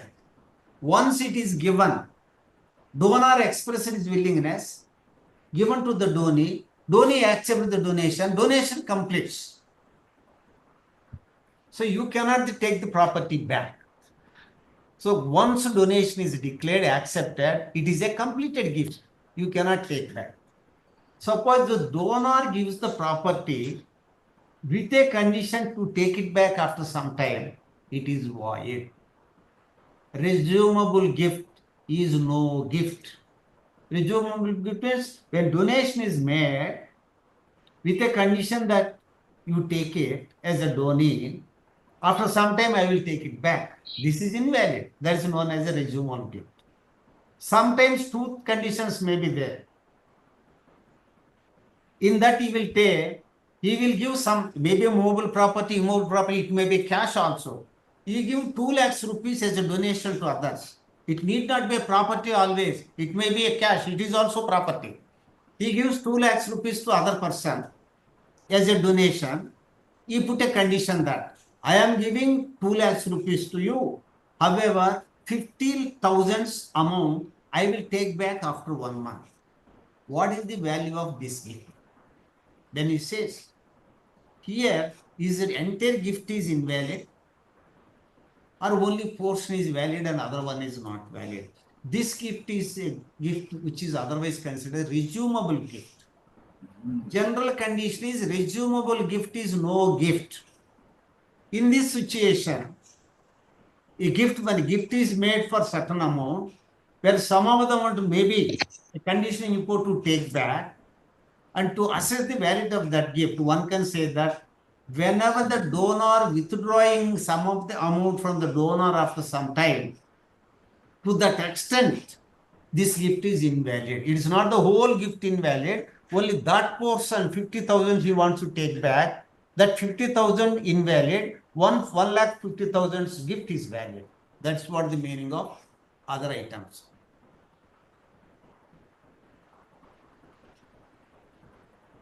So now sometimes donor is allowed to put certain conditions. That is also good. Why donor is giving property to the donee? Because he may be having some interest in the property, some interest in transferring that to somebody else. Suppose donor is interested to get some benefit from the donee, or donor is interested to put a condition that his granddaughter to be married by so and so person. If he gives some amount to him, he may put a condition, you must marry her within so and so, something like that. Whether this condition is allowed. So some conditions are allowed. If condition provide like that, they are considered as a conditional gifts. Conditional gifts are also allowed. However, when condition is imposed, that condition happening or non-happening should not be under the control of the donor. And that condition must be reasonable. It should not be unlawful, like all contractual provisions are also applicable here. So conditional gifts are also valid, provided the conditions should not be vague, conditions should not be inherently impossible to do, conditions should not be illegal, immoral, and they should be opposite to the public policy. If those conditions are there, they are automatically valid.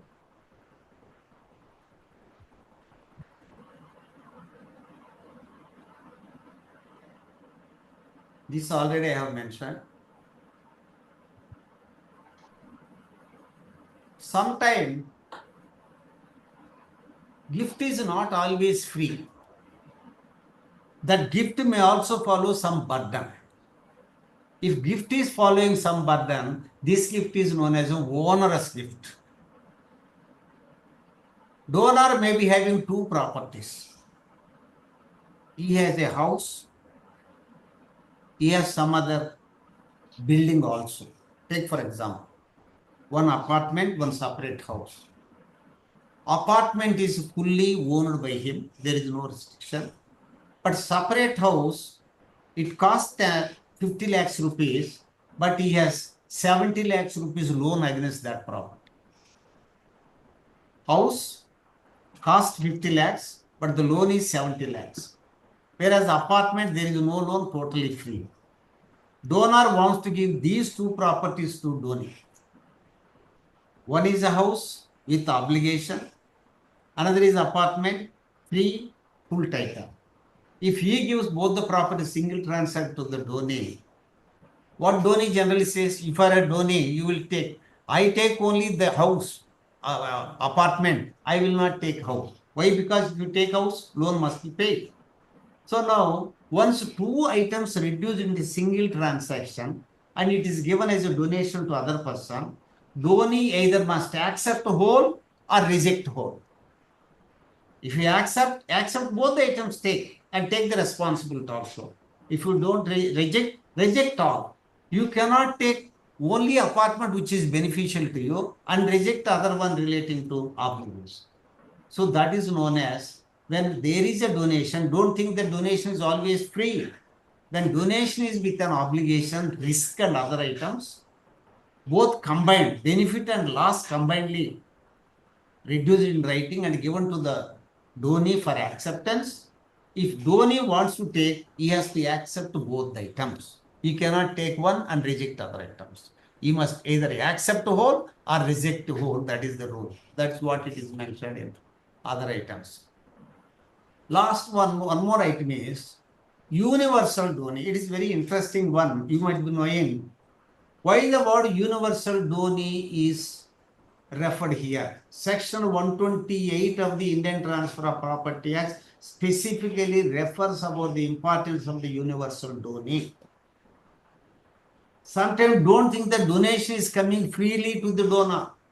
It will come obligation also, with obligation also. So you will become a owner of that property once we accept all obligation also. So now I have just mentioned that obligation. If he rejects obligation, takes the benefit, it is not allowed. But in this universal donee is a different condition. Universal donee is a person to whom the donor, owner of the property, he has given all his properties without keeping a single pie with him to the donee. So it may be bank account, it may be movable properties, it may be immovable property, it may be any contractual benefits he is having, it may be another rights he is having. All these items put in a document mentioning that he is the owner of that one, he is entitled, and now saying that I am donating all these items giving to you by way of donation, you will be the owner in future. So kindly accept. Once he accepts, there, when all the properties are mentioned without keeping a single pie with him, then the other that donee is called as a universal donee. See, sometimes donor might be what we can say, త్యజించిన అంటారు కదా, అతను he is now renounced the world. He doesn't want to keep anything with him. He wants to give all the properties to the donee. He may give. Once he give all the properties by putting on the paper, reducing everything on the particulars of that one and directing so-and-so person to accept and take it, and such a gift is known as universal donee, universal donation. A person who takes that donation is known as a universal donee. You must remember here, he keeps only maybe 10,000 rupees worth of property with him. Then he is not a universal donor according to law. He must wash up his hands. You should say that I am totally empty. I don't have any property at all. I am giving my property to other. Then only other person is considered a universal donor. Why this donee is considered? Here the obligation is indirectly, law insists some obligation to this universal donee who received all the properties of the donor. For the universe or to the universe, we can tell this donee is responsible for all obligations connected to that property.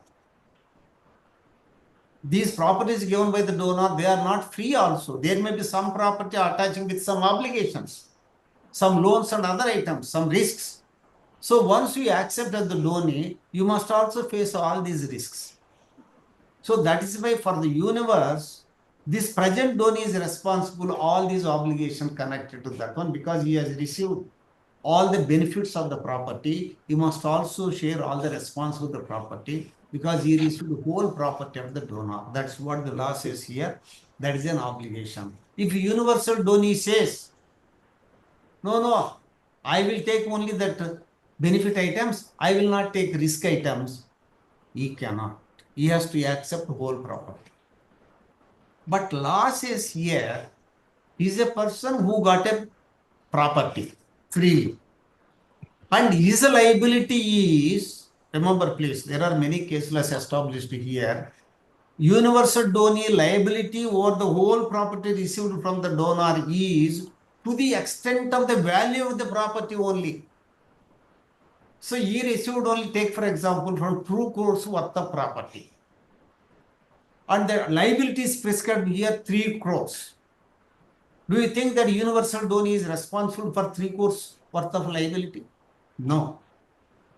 He is liable to the properties only to the worth of 2 crores, but the value of the property is 2 crores only. He may be having his own properties. He may be having 5 crores worth of property of his own, but his property need not bring here and establish. So if at all an amount is to paid as an obligation to dispose of other property he received, he can only pay out of these properties available. Not, he need not pay single pie for that. So that's why total value is 2 crores. He is liable to pay only to the extent 2 crores only. He need not pay amount. So which means if at all an amount is to pay to the donor, creditors here, take for example, creditors, that can be proportionately paid based on the property available, like general now. That's what the liability of this one. Okay. Donatio Martis Casa. Last heading is Donatio Martis Casa. Sometimes donations, don't think that donations are free always. In a general norm, donations are made, gifts are made voluntarily out of love and affection sometimes. Donation is always for love and affection. That is essential, insight, that is one. Sometimes donations may be made by the owner out of fear of death. Out of fear of death. So 1A who has a lakhs of rupees worth of property, now he is on deathbed. Doctor suggested that he will die. They have mentioned, you are shortly leaving this world. And now then he think, hey, after my death, who will take this property? There will be some disturbance. Then he started giving that property to somebody else. When he donates the property, when he is on deathbed, with a fear that he will die. So that donation is known as Donatio Martis Casa. Donations made out of fear of death. So this donation he can give because it is a different situation. An ordinary rule of donations, acceptance, other items, those things will not work out here. Because it is a special donation made out of fear of death, certain other circumstances are applicable. What are those? This donation he made. After that he survives. He did not die. Then you can take back the property. That is allowed. So mortis causa relates only to immovable property, whereas ordinary. So this allowed on the basis of Indian law only for immovable properties. But general donation may be movable as well as immovable property. This implied condition is always there and it must be complete. Once donation is given, general donation accepted by the donee, it is completed. Even donatio martis causa, even if it is accepted by the donee, it is not complete. Unfortunately, donor survives. He is entitled to take it back. In a general gift, he cannot take it back. And general gift can be revoked. Other gift cannot be revoked. But donatio martis causa can be revoked. These are the differences. So one more difference, if you can, gift and will. Both the items similar. Gift, donee will get a property without paying anything.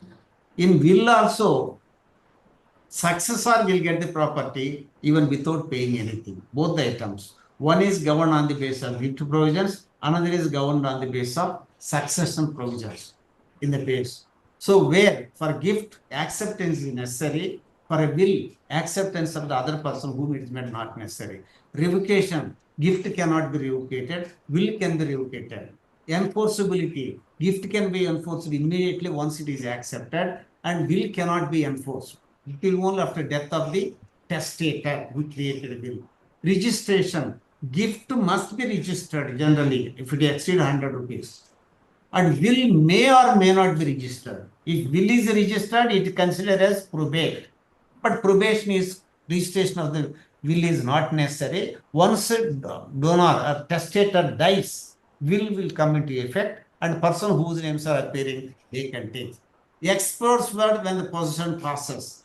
In a will, testator, the donor, testator who writes the will, he must expressly mention that property can dispose or pass through immediately or after his death or after certain thing happens. He can write, that is valid. In a gift, you cannot write anything. This will be transferred after some time like this. Once you donate, it is a donation. Once it is accepted, it is final. If any condition is provided by the donor, it is invalid. So these are also some of the difference between gift and will. Why? Because gift and will both are similar. Both are the property. Or the transferees, both the items, they will become owners. But they will get properties in a different transfer, different, provided certain conditions. One is governed on the transfer of property, another is governed on the succession laws. This is about the gift and other items. These are the some of the textual, legal provisions relating to all the circumstances of the gift establish a valid transfer of gift from one person to another person. Those conditions satisfied. When you are arguing any case before anywhere pertaining to any matter, you pick up the statutory provision and convince the judge, and now you can easily. Judge must know all these items, advocate must know all these items, and theoretically, every person must have the idea. That's why it is a technical paper, and everybody must have a specific knowledge of that particular section, essential other items. If you argue or put forth before your client case, giving all these essentials and some of the case laws, you definitely impress the advocate. This is about the gift of immovable property. Thank you very much. So now floor is open. Now, if you have any doubt or any clarification, not only gift, please, any topic on transfer of property, you can ask. I may be in a position to give that one. Good evening. Good evening. Can, sir ఒకసారి screen can you give close చేస్తారా? చెప్పండి sir. Can you give inherent property as gift? Which one, sir? Inherent property. Inherent. Yeah. What do you mean by inherent? Tell me first. Yeah, if the property is coming from the forefathers, those property whether the inherent, person sir. can give Tell me inherent. What do you feel? A little so that idea you give of that I can answer. Inherent. What I mean is, if the property is belongs to his parents or the grandparents like that, in that case, whether this person can give this property as a gift anybody else? No. It is not like that. No, even for a donation, what is the condition we observed? He must be the owner of property. Property must also existing. When it is not existing, it is uncertain, it is vague. You don't have any right to exercise more vague and uncertain property. Same is the case, inherent property. Suppose there is a woman, widow. Widow has a limited rights over the property. Widow has a limited right. After her death, property may go to somebody else. Can he transfer this property to anybody else? No. It is only limited right during her lifetime. Only certain women can enjoy the property. She is not allowed to give this property to anybody else. As long as she is there, she can enjoy it. After that, it will go to successors and others. And now, if she transfer, it is not proper. So, like that, inherently, when it is unspecified, uncertain, ambiguous, with a disturbed condition, or where ownership cannot be established, in all these cases, you can consider that it is not a properly established, rights are not properly established over that specific property. Any person who is in possession of that one with uncertainty, they are not allowed to transfer validly to any property to anybody else. This is what you have to consider, sir, including if it will be inherent property. Any other question, please? Sir, one more question from my end. Okay. Sir, For example, if the father transfers some property to the son, okay, Son, for okay. example, if its worth is 1 crore, okay, but after Madam, the first question is, I can understand. First question is, tell me. yeah.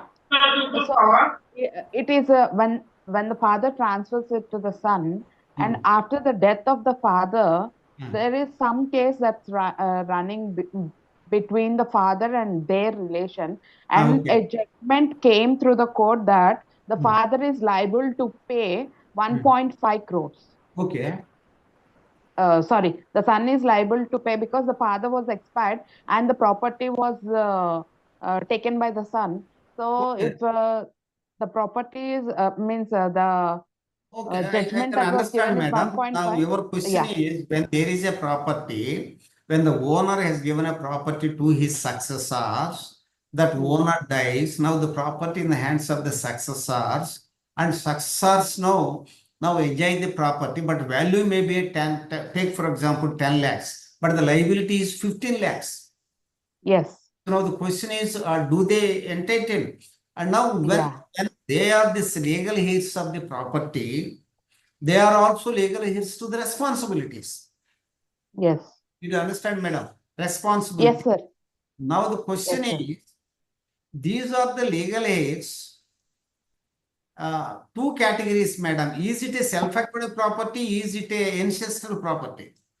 Self-acquired, sir. If it is a self-acquired property, okay, one thing, and it is given to his own sons, take for example. Yes. And sons, so they have taken father's property as well as they may be having their own property. Yeah. Okay, now the liability is, once they have taken, is it a donation? It is a succession. It is not donation, madam. Yes, sir. Through will. Remember, it is by succession. Maybe father giving property to me by way of a succession, or maybe a family arrangement. They might, she might have arranged either family arrangement, family deed arrangement, or by succession, they might have taken the property.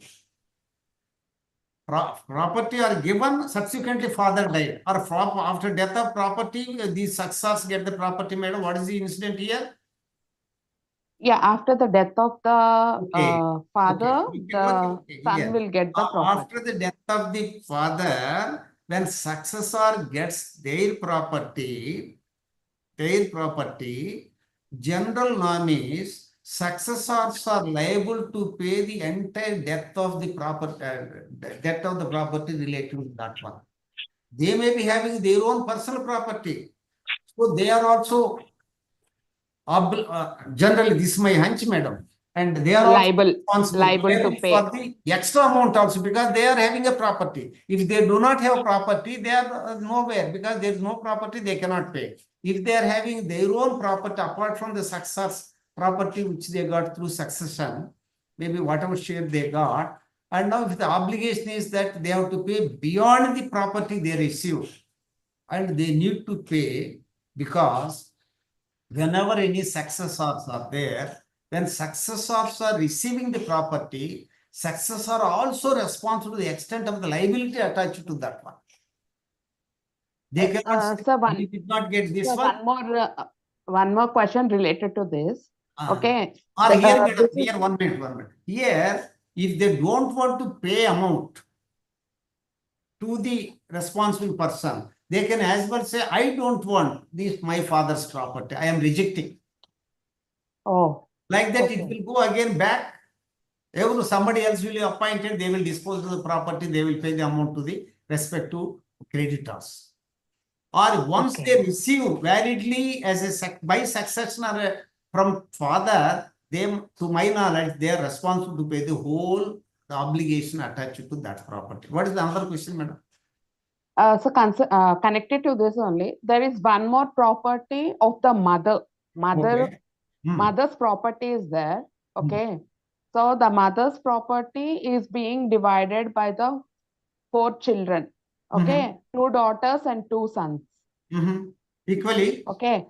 So when the creditors come, okay, after selling the father's property of 10 lakhs, okay, they are payable. whether the Mother's burden shifts, whether the Hmm. burden shifts to all of them who have the mother's property, sir. No, you are telling mother's property is transferred first. You are telling that No, one. no, no. No, sir. Sir, just one second. Give Excess me of time. this one, okay. Yeah, same thing, Okay. sir. For example, 3 Mhm. children, sir. One Mhm. son, 2 daughters. Okay. Okay? One son and 2 daughters. Mhm. There are 2 properties of father which are transferred to only son. Okay. Okay? The successor is him. Some So other all property in the the hands of mother, she has given to children. And that's what. no, mother already died before 20 years previous Okay. to father. Okay. So her property got succeeded to all the shareholders, daughters of that mother. including the father. Mhm. Okay, you got the point, sir. Did you Uh-huh. understand my Mhm. tricky question? Okay, so here the thing is, there is 15 lakhs. That's being the judgment given to the creditor. So when the creditor comes, as the son is liable, he paid it through the father's property. So my question is, there is one more property of the mother, and that is being shared by all the 4. Means one part will be there, one of the part, the 4th part will be father's also, right? You got the point, sir? Okay, the fourth part will also, the father will also have a share, 1/4 of the share. So that 5 lakhs was taken, means the other share was also taken by the son only. Madam, for this one, you must go for succession. Okay. Principles of succession is there. Then, when the property is there, and how this within the sons and daughters, other items and the existing law. So this is not on the basis of the transfer of property provisions. Basically, these rights will be decided on the basis of the succession. So we have that the succession is there now. Testamentary succession, intestate succession. This might be incident where you are quoting intestate succession. And the properties not specified and transferred, intestate. Properties already transferred. Sir, 1 second, sir. 1 second, sir. There are like 3 properties and 2 properties are tested and 1 is intestate. Okay. No, for intestate also, you must go for the intestate situation. There is a law relating to intestate. There is a law relating to testate under the Act of Succession Act. So there know how this liability is shared basing on the members of the family, their agnates, other items. So that is not TP Act straight away applicable to there. There, that is liability or the share and other items are fixed on the basis of that one. So after ascertain some of their liabilities, then we can come to the transfer of property. But anyhow, once Succession Act says that in such and such circumstances, such and such persons are responsible to the extent of this one because they have received like that, their liability is fixed on the basis of Succession Act, not on the basis of this Transfer of Property Act. This is what and you have to consider my knowledge only in that area, madam. Yeah. Thank you, sir. Thank you. I got the point. Thank you. Good evening, sir. Good evening, sir. Myself Shruti from Hyderabad, sir. Uh-huh. Sir, I have a question regarding gift. Actually, there is a person who has a land. He transferred his land as a gift to his son. Only land. After that land, he was taken. In that land, by the self-acquired property, he constructed his own house. You the Dhoni constructed or Donara? Dhoni. Yeah. After accepting the gift, the Dhoni constructed his by self-acquired property. Did this document registered? Donation is registered? Yeah, registered, sir. And once the acceptance is there, donation is there, it is as good or full-fledged property of the Dhoni. Dhoni has absolute rights over the property. Yeah, absolute right. He can sell, yes, sir. he can alienate this to anybody. Yeah, what he did now, the Dhoni again after construction of his building, he transferred the gift deed to his son. Okay, no problem. Okay, his son. So he now did not transfer gift deed, madam. He is already owner of that property. Why he transferred gift deed? No, actually, A is a person, grandfather, sir. He Ah, transferred the gift madam, deed to madam, his son. donation is made. My question is donation is made. It was Okay. issued by the other person known as a donee. Okay. And is a son or brother, whatever it may be, it is a gift and Okay. transferred by way of a gift. When donee accepts, donee registered the document, property is in his possession. Those property means documents are in his possession, property is also in his occupation. He has been, Okay. he is a complete owner of that property. You forget about the donee now. He is a complete owner of the property. Yeah, and that now, After and now he that, wants to transfer, he need not transfer as the donee. He can transfer as the owner. yeah, yeah, sir. He transferred as a owner to his son again. Okay, no problem. Son and son and daughter-in-law. Okay. Okay. Now the Not the succession, or it's only I get donation. He has given donation like that gift. yeah, sir. Okay. Because No, there is some financial no, family it issues may in be that family. freely So given, he father has given sons. Okay. father has given to son and daughter-in-law to Okay. both. So now the thing is, sir, the donee first, the owner, actual property owner is there. First one, B1. He want to revoke. That's not possible, madam. That's not possible, sir, because he Law is saying that says they are not taking no. taking care of Even my. if you are an advocate of that one, that's why now you need to confirm this one, argue before a judge, presiding officer who is dealing this case. This is what Article Section 122 says. This is what it says. Once a donation is expressed by a person who is capable to do, by a owner where the property is existing, and when his willingness is expressed to the donee accepts in writing, and after that when it is registered, this process is complete and he becomes a owner. Once a donee becomes a owner, it is nothing to do with the donor. Donor is absolutely free. He has no connection as far the property is concerned. Even if we say that he wants to take back, law will not allow him to take it back.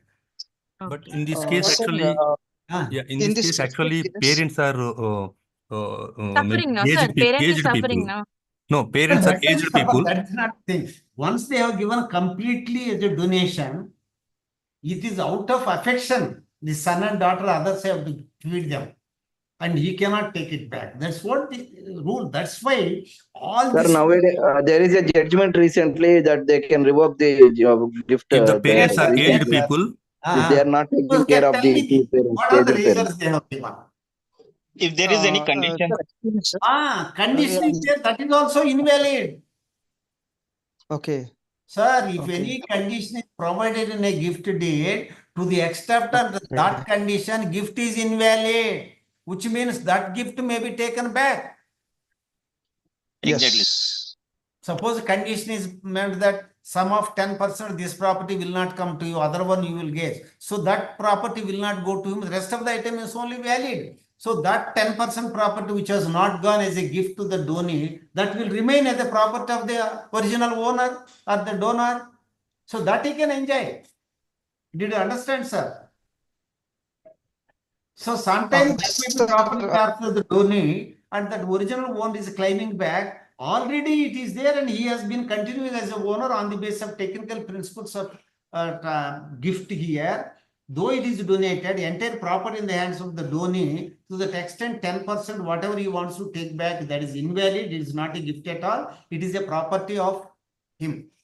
That's what law says. You can take back that one.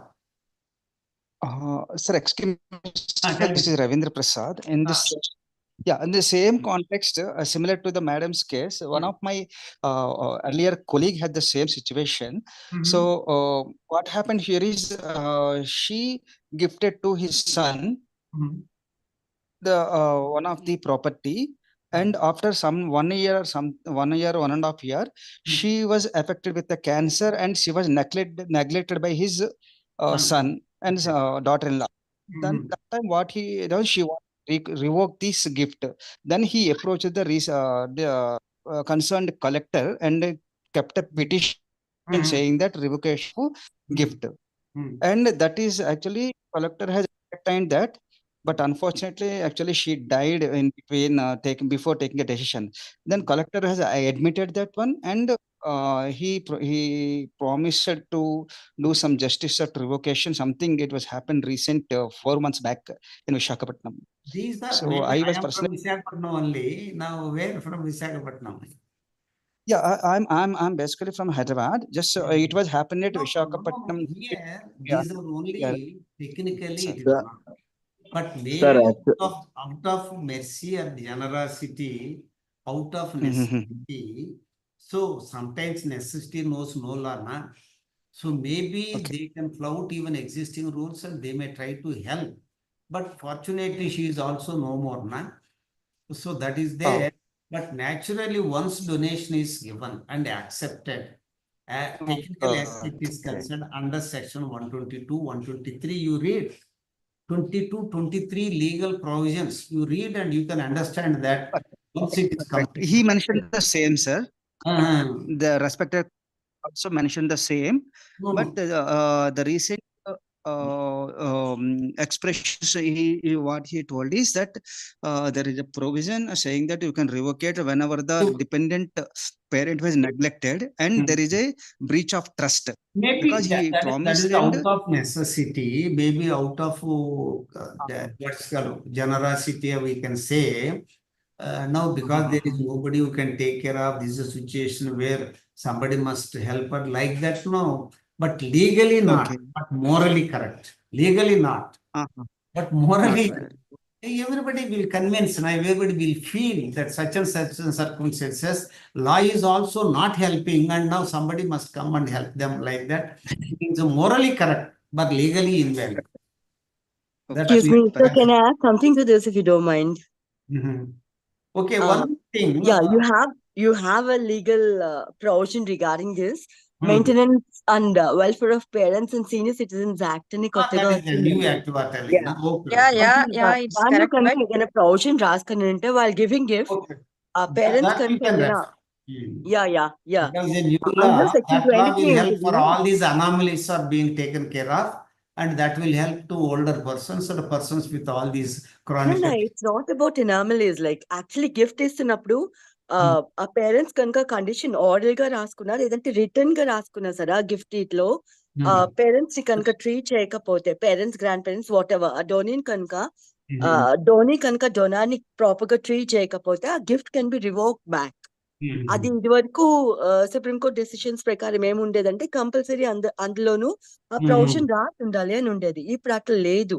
అది tribunal ముందు గానీ court ముందు గానీ మేము order గా Somehow, some suppose higher decisions, if they come, that is also necessary. It is not that a situation like this. For every legal law, madam, provision there must be అడుగుతుంటే some there is a exception. Provision in this There must act be అని some చెప్తున్నా. exception. So now a decisions may come, and wherein law may be amended, even a strict application of law may be with an exception. Rider you can put there. When exception is provided, that can be pleaded and one will get a benefit out of that one. So that is needed. And where are you from, Priya? I'm from Visakhapatnam, sir. Where? Sir, can you? Sir, excuse me, sir. You are from where you studied law? Sir, I'm from basically Visakhapatnam, Andhra University, sir. Where, which year you studied? I am a principal Andhra of that University, college. B.R. Ambedkar Law College. You might have seen my name on the notes board, Professor Subramaniam. Sorry to say no, sir. I didn't notice it. I'm very sorry. Sir, I'm very sorry. I didn't notice it. I have seen. I am the person who established all the boards. I just heard of it while you were introducing yourself, sir. But I'm very sorry to say I didn't personally notice Go it. there and Actually. see, my photo is there. I am the person who established all principal photos in principal room. Now, Sita Kumar. I do. Trust to know this. I'm very happy to know this. I have seen your photo. I met you also, sir. Ravindra Prasad here. Dr. Purushottam from IPR and you I met once. Okay, good. Okay, thank you. మీరు camera open చేసుకొని కనిపిస్తే sir కి అర్థమవుతుంది ఎవరన్నా. Sir, good evening, sir. This is Good. Krishna. I am happy that I saw some of our students who came from Andhra University. మొత్తం మీ బ్యాచే sir. Sir, good evening. This is Krishna. Unfortunately, I was there and I had a great opportunity of serving Andhra University. Is a very, very oldest university in Andhra Pradesh and university which has produced scholars, and including our former president, vice president of the country, Venkaiah Naidu.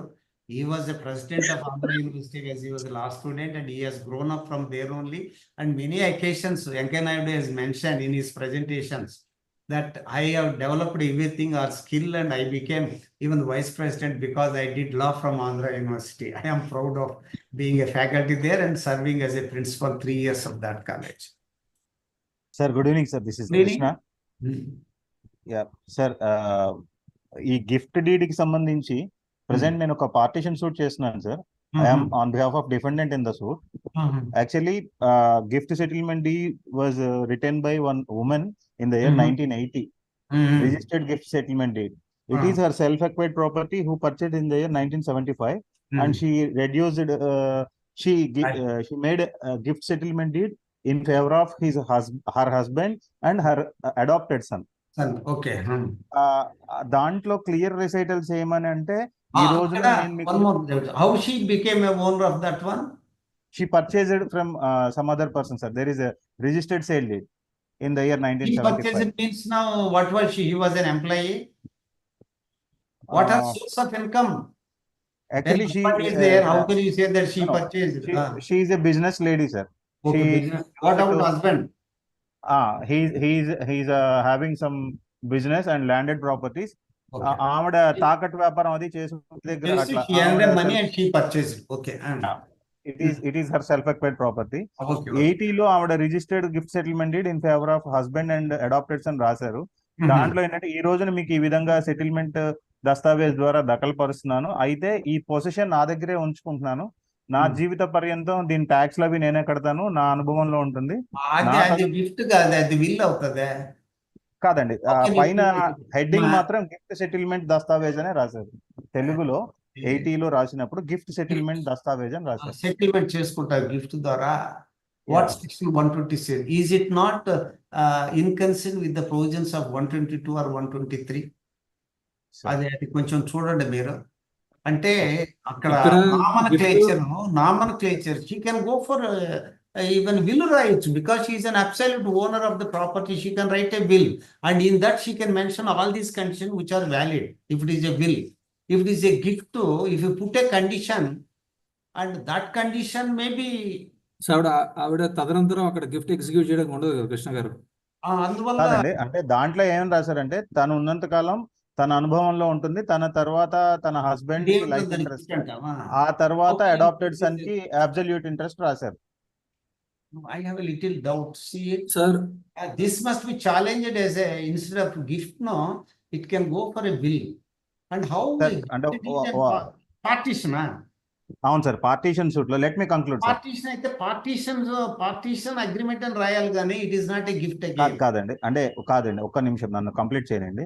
ఆవిడ తనకి life interest ఉంచుకొని తన తర్వాత తన husband కి life interest create చేశారు. వాళ్ళిద్దరి తదనంతరం తన అడాప్టెడ్ సన్ కి అబ్సల్యూట్ ఇంట్రెస్ట్ క్రియేట్ చేశారు. అయితే during her lifetime husband and adopted son ఇద్దరు చనిపోయారు. వాళ్ళిద్దరి తర్వాత ఈవిడ సక్సెసర్ గా ఉన్నారు. ఇప్పుడు ఆ గిఫ్ట్ సెటిల్మెంట్ డీడ్ అసలు స్టాండ్ అది ఉన్నట్టా లేకపోతే అది ఫర్ఫిట్ అయిపోయినట్ట? ఇక్కడ ఇంతకు నేను చెప్పాను, కండిషన్స్ పెట్టొచ్చు, గిఫ్ట్ లో కూడా కండిషన్స్ పెట్టొచ్చు. ఇది ఇలా ఇంత ఇస్తాం, ఇలా ఈ కండిషన్స్ అనొచ్చు. If those conditions are accepted in general norms, they are valid. So they may be accepted in general norms, they may be valid, but because of certain other items, these problems have come. So that can be decided again by other supporting documents, other items. So sir, what is the issue? Question, sir. Conceptual. Sorry, go ahead. చెప్పండి. Sir ఏం లేదు sir, ఇప్పుడు మీరు Hindu Succession Act ప్రకారం Hindu son pious doctrine of pious application ని అట్లాగే universal డోనీని contrast చేసి రెండింటి గురించి మీరు ఎట్లా వ్యత్యాసం ఎట్లా చూపిస్తారు? అంటే doctrine of pious obligation is a successors obligation because he is a son of so and so person, as a son, and he has a moral responsibility to take care of all these obligations, rituals and other items. Because now law says that reputation of person must be protected. And this right of a person not only doing existence even after death also. he must be properly buried, he must be properly, rights must be executed. Who will execute all these things? The person who gets a benefit out of this property, sons and daughters, others, successors only must do. When successors are not doing, it is a violation of their pious obligation provided under Act. So that is only law pious obligation. Coming to donor, universal donee is not his successor, his son and daughter. He may be any third person also whom the donor is having interested. He want to renounce the world. Take for example, he wanted to leave up all the properties instead of throwing into some other place, and better to hand over to somebody whom suppose he get trusted and whom he has some affection, he has handed over. And that is why this person became a universal donee. And he is a universal donee because for the universe, all the obligation connected with all the properties he is responsible, either a benefit or a loss. That's why he is a universal. So now the difference here is pious obligation is definitely he must be a person who received some property from him, even without getting property from the from successor, the predecessors. Pious obligation is always there. Suppose successor is very poor, he does not have anything, even though no food to eat. Even then, can you avoid pious obligation? He cannot. But he being a person who received property as a successor, even crores of rupees worth of property, when he avoids, then it is his obligation, moral obligation to see that one. Law is there with property, without properties, because he happened to be the son of that predecessor. Take for example. But that is not the case. This connection is not there in universal donor. That's why you have to treat universal donors differently. Thank you, sir. Anything?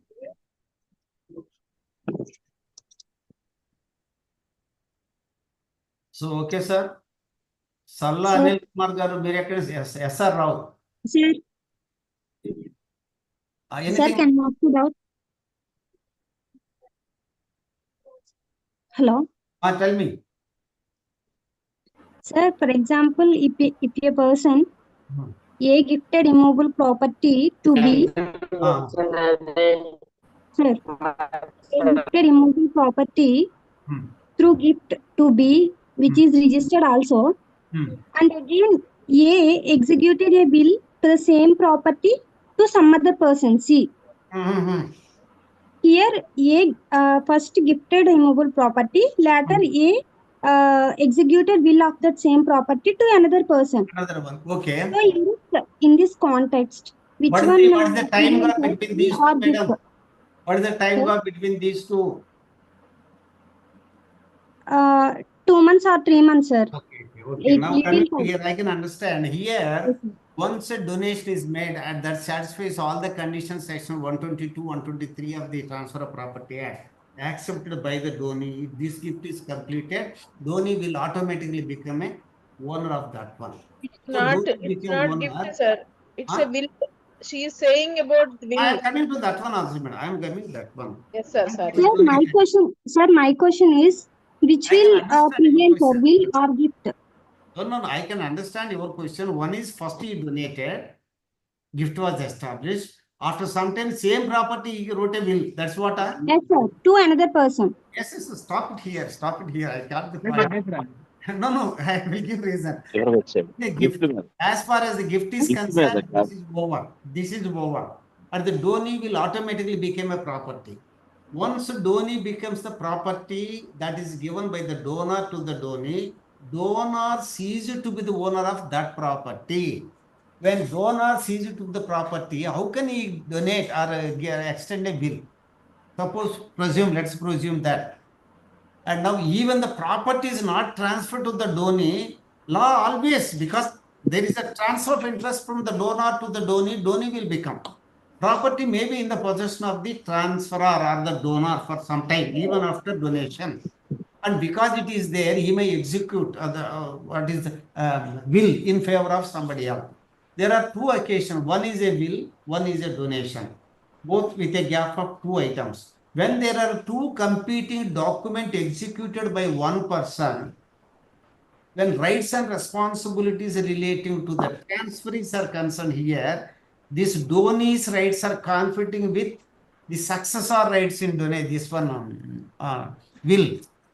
And in this particular two situation, law says when there is a conflict of interest like that, the document which is prior in time is stronger in law. Any document which is a prior in time is stronger in law. That is a rule of equity followed in England and followed in India also. So in this priority, donation is the first one. First one prepares over the second one. Donor will automatically become a owner. This is what the principle you have to adopt. Second one will not be having any validity at all. Sir, in this context, it can be considered as adoption. Adoption, huh? No, sir. What is the word? In the Indian Succession Act, sir, adoption. But how can you say? So once you donated, under law, you are ceased to be the owner. You are ceased to be the owner. Property may be in our hand, but you are already established somebody else as a donee, a owner of that property, having accepted, having expressed willingness in writing, signed by the donee, and also registered. Registration is also more important here. If it is not registered, then something may be there. If it is registered, I am telling all these items. It is a completed one.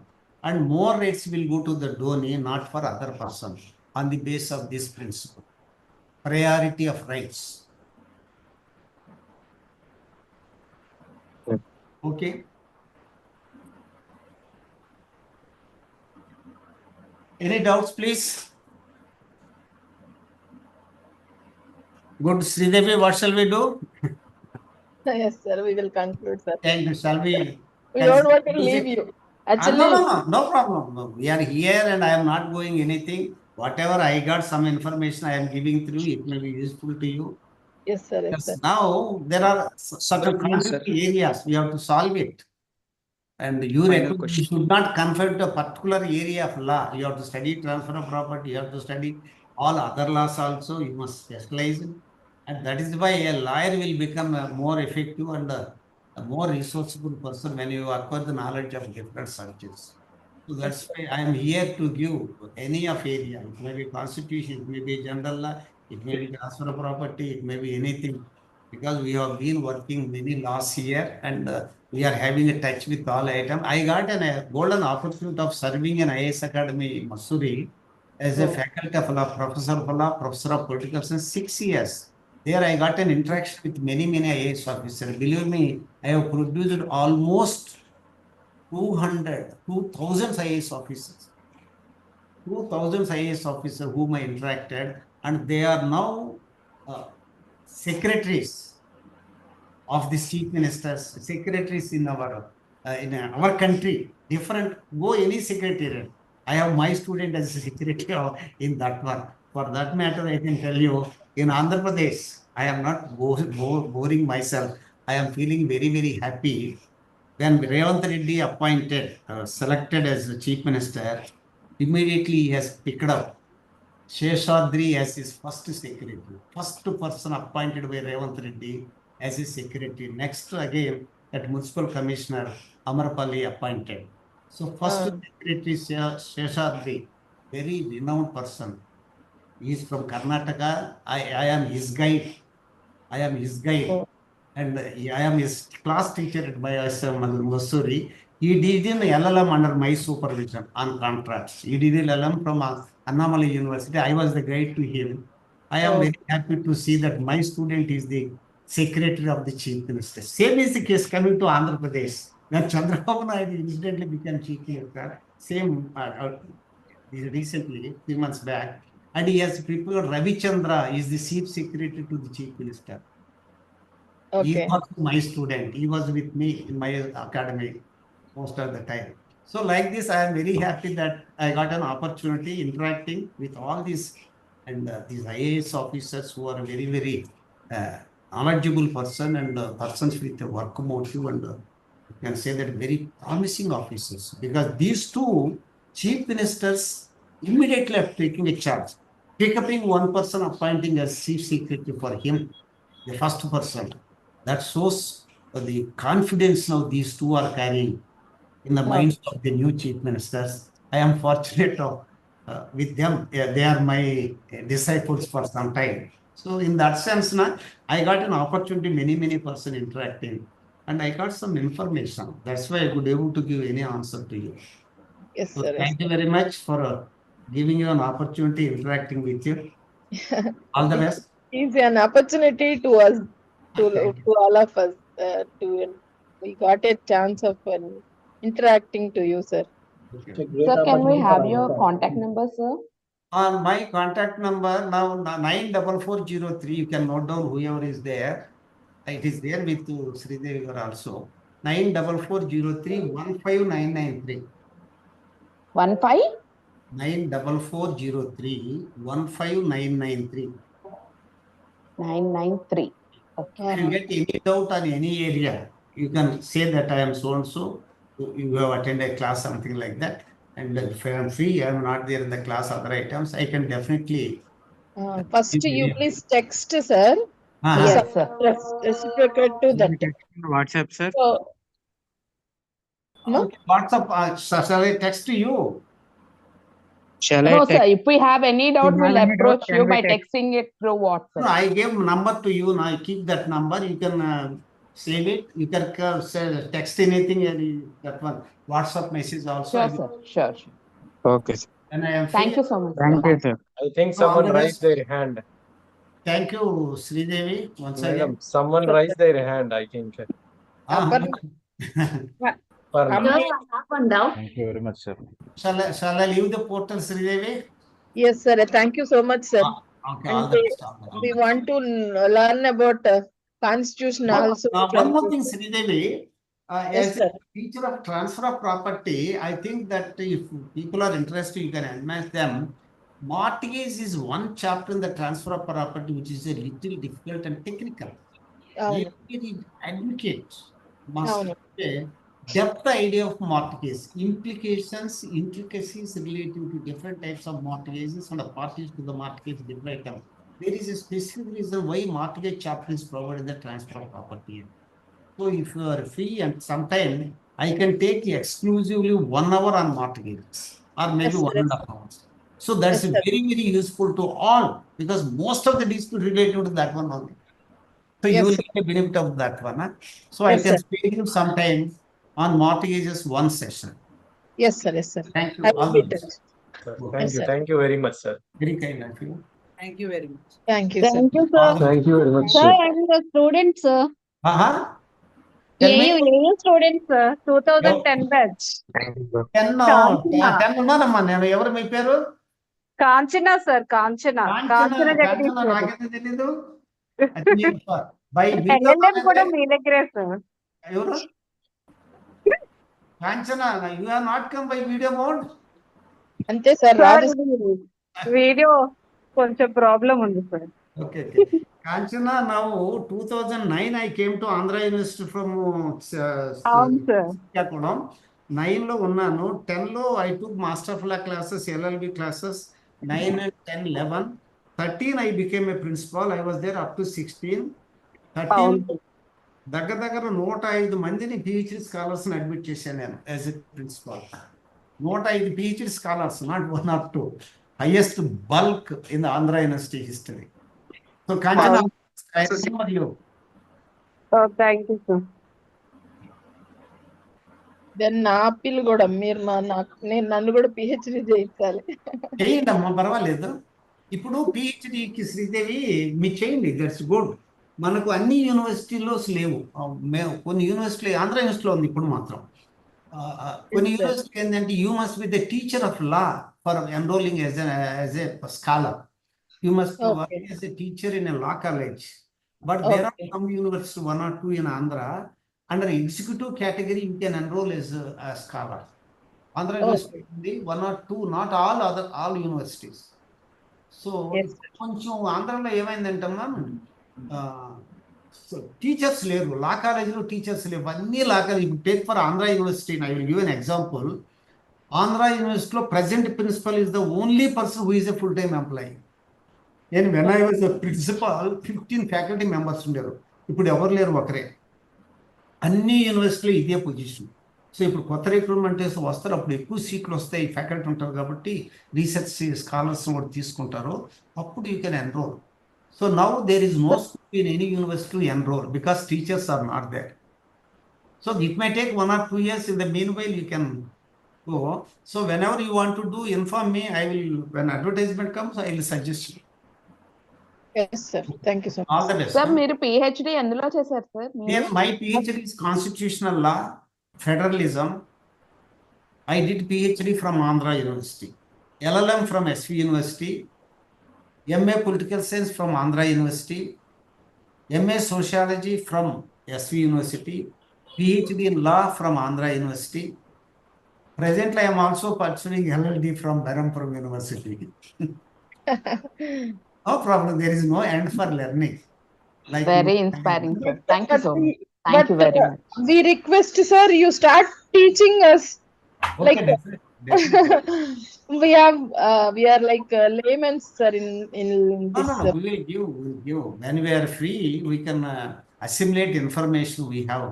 When knowledge is assimilating to others, others will get a benefit. That is only satisfaction teacher will get. Yes, So, sir. see you, Amma. All the best. Sridevi గారు ఆ mortgage మీద ఒక session ఏదైనా చూడండి. Yes, sir. చెప్తాను అదే శ్రీదేవి గారితో బాగా వచ్చారు చెప్తాను. కదా ఇది మనం చాలా ఉపయోగము. శ్రీదేవి ఈ రోజు హైయెస్ట్ నంబర్ ఎంతమంది ఉండారు? 114 ఉన్నారు సార్. అది నేను చూడలేదు. 115. Thank you. మీరు ఏం చేస్తారంటే బాగా వైడర్ సర్క్యులేషన్ ఇవ్వండి. I don't know how many you can accommodate and this is a very good subject. Actually I can accommodate 600 members sir. కొన్నారా? బట్ అవును ప్రతి నెల ఉంటుంది సార్ 600 మెంబర్స్. ముందుగా వాళ్ళకి ఇన్ఫార్మ్ చేస్తే ఒక వారం రోజుల ముందు so more number of person will be ready in joining. నేను దాదాపుగా ఒక 20,000 మెంబర్స్ కి చెప్తాను సార్. అంత బల్క్ ఉంది మీ దగ్గర. బట్ వాళ్ళు ఏంటంటే వాళ్ళ మెనీ యాక్టివిటీస్ ని చూసుకొని వస్తారు. మనకి we have a YouTube channel sir, Yagna legal అని ఉంది. దీంట్లో లైవ్ టెలికాస్ట్ అవుతుంది. ఇప్పుడు మీ క్లాస్ లైవ్ టెలికాస్ట్ అయింది. అప్పుడు వాళ్ళకి వీలు చూసుకొని చూసుకుంటారు సార్. మీరు మార్టిగేజ్ పెట్టండి అమ్మా. It is a benefit to you all. Is a technical property act మెయిన్గా కాన్సెప్ట్ చేసేది ఓన్ మార్టిగేజ్ ఓన్లీ. అందువల్ల ఆ ఆబ్జెక్ట్తో ప్రాపర్టీ యాక్ట్ తీసుకొచ్చారు బ్రిటిషర్స్. వాళ్ళు అచీవ్ కూడా చేశారు. So because all items connect mortgage they are covered there. So ఎందుకు కవర్ చేశారు, ఎలా కవర్ చేశారు, what benefit you are giving, what is the implication with one and other. So that analysis is needed for understanding mortgage in depth. So that I may take within an hour and 1.5 hours. Okay.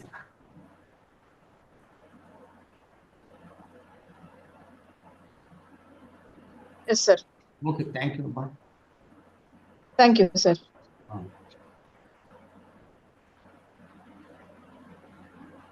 Thank you so much, sir. Thank you, Sridev Garu, for arranging the session, managing the session, taking so much of interest. Thank you, thank you. We are very thankful to you. Thank you, sir. Thank you, they are now, that's a good thing. When she asked me to, like that I am doing, sir, I just expressed my willingness. No, whenever you want any my assistance, I am there to help many persons. Okay. Yes, sir. We have some technical issue. You please all leave the session. Thank you, Okay, sir. ma'am. Thank you, madam. Thank you, madam. Thank you, sir.